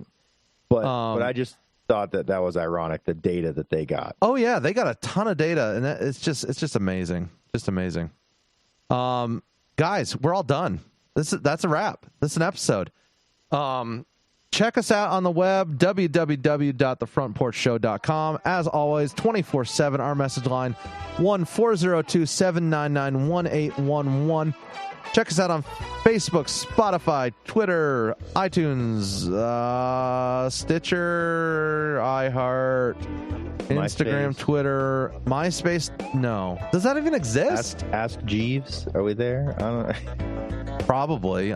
Does Ask Jeeves even exist anymore either? Oh, no.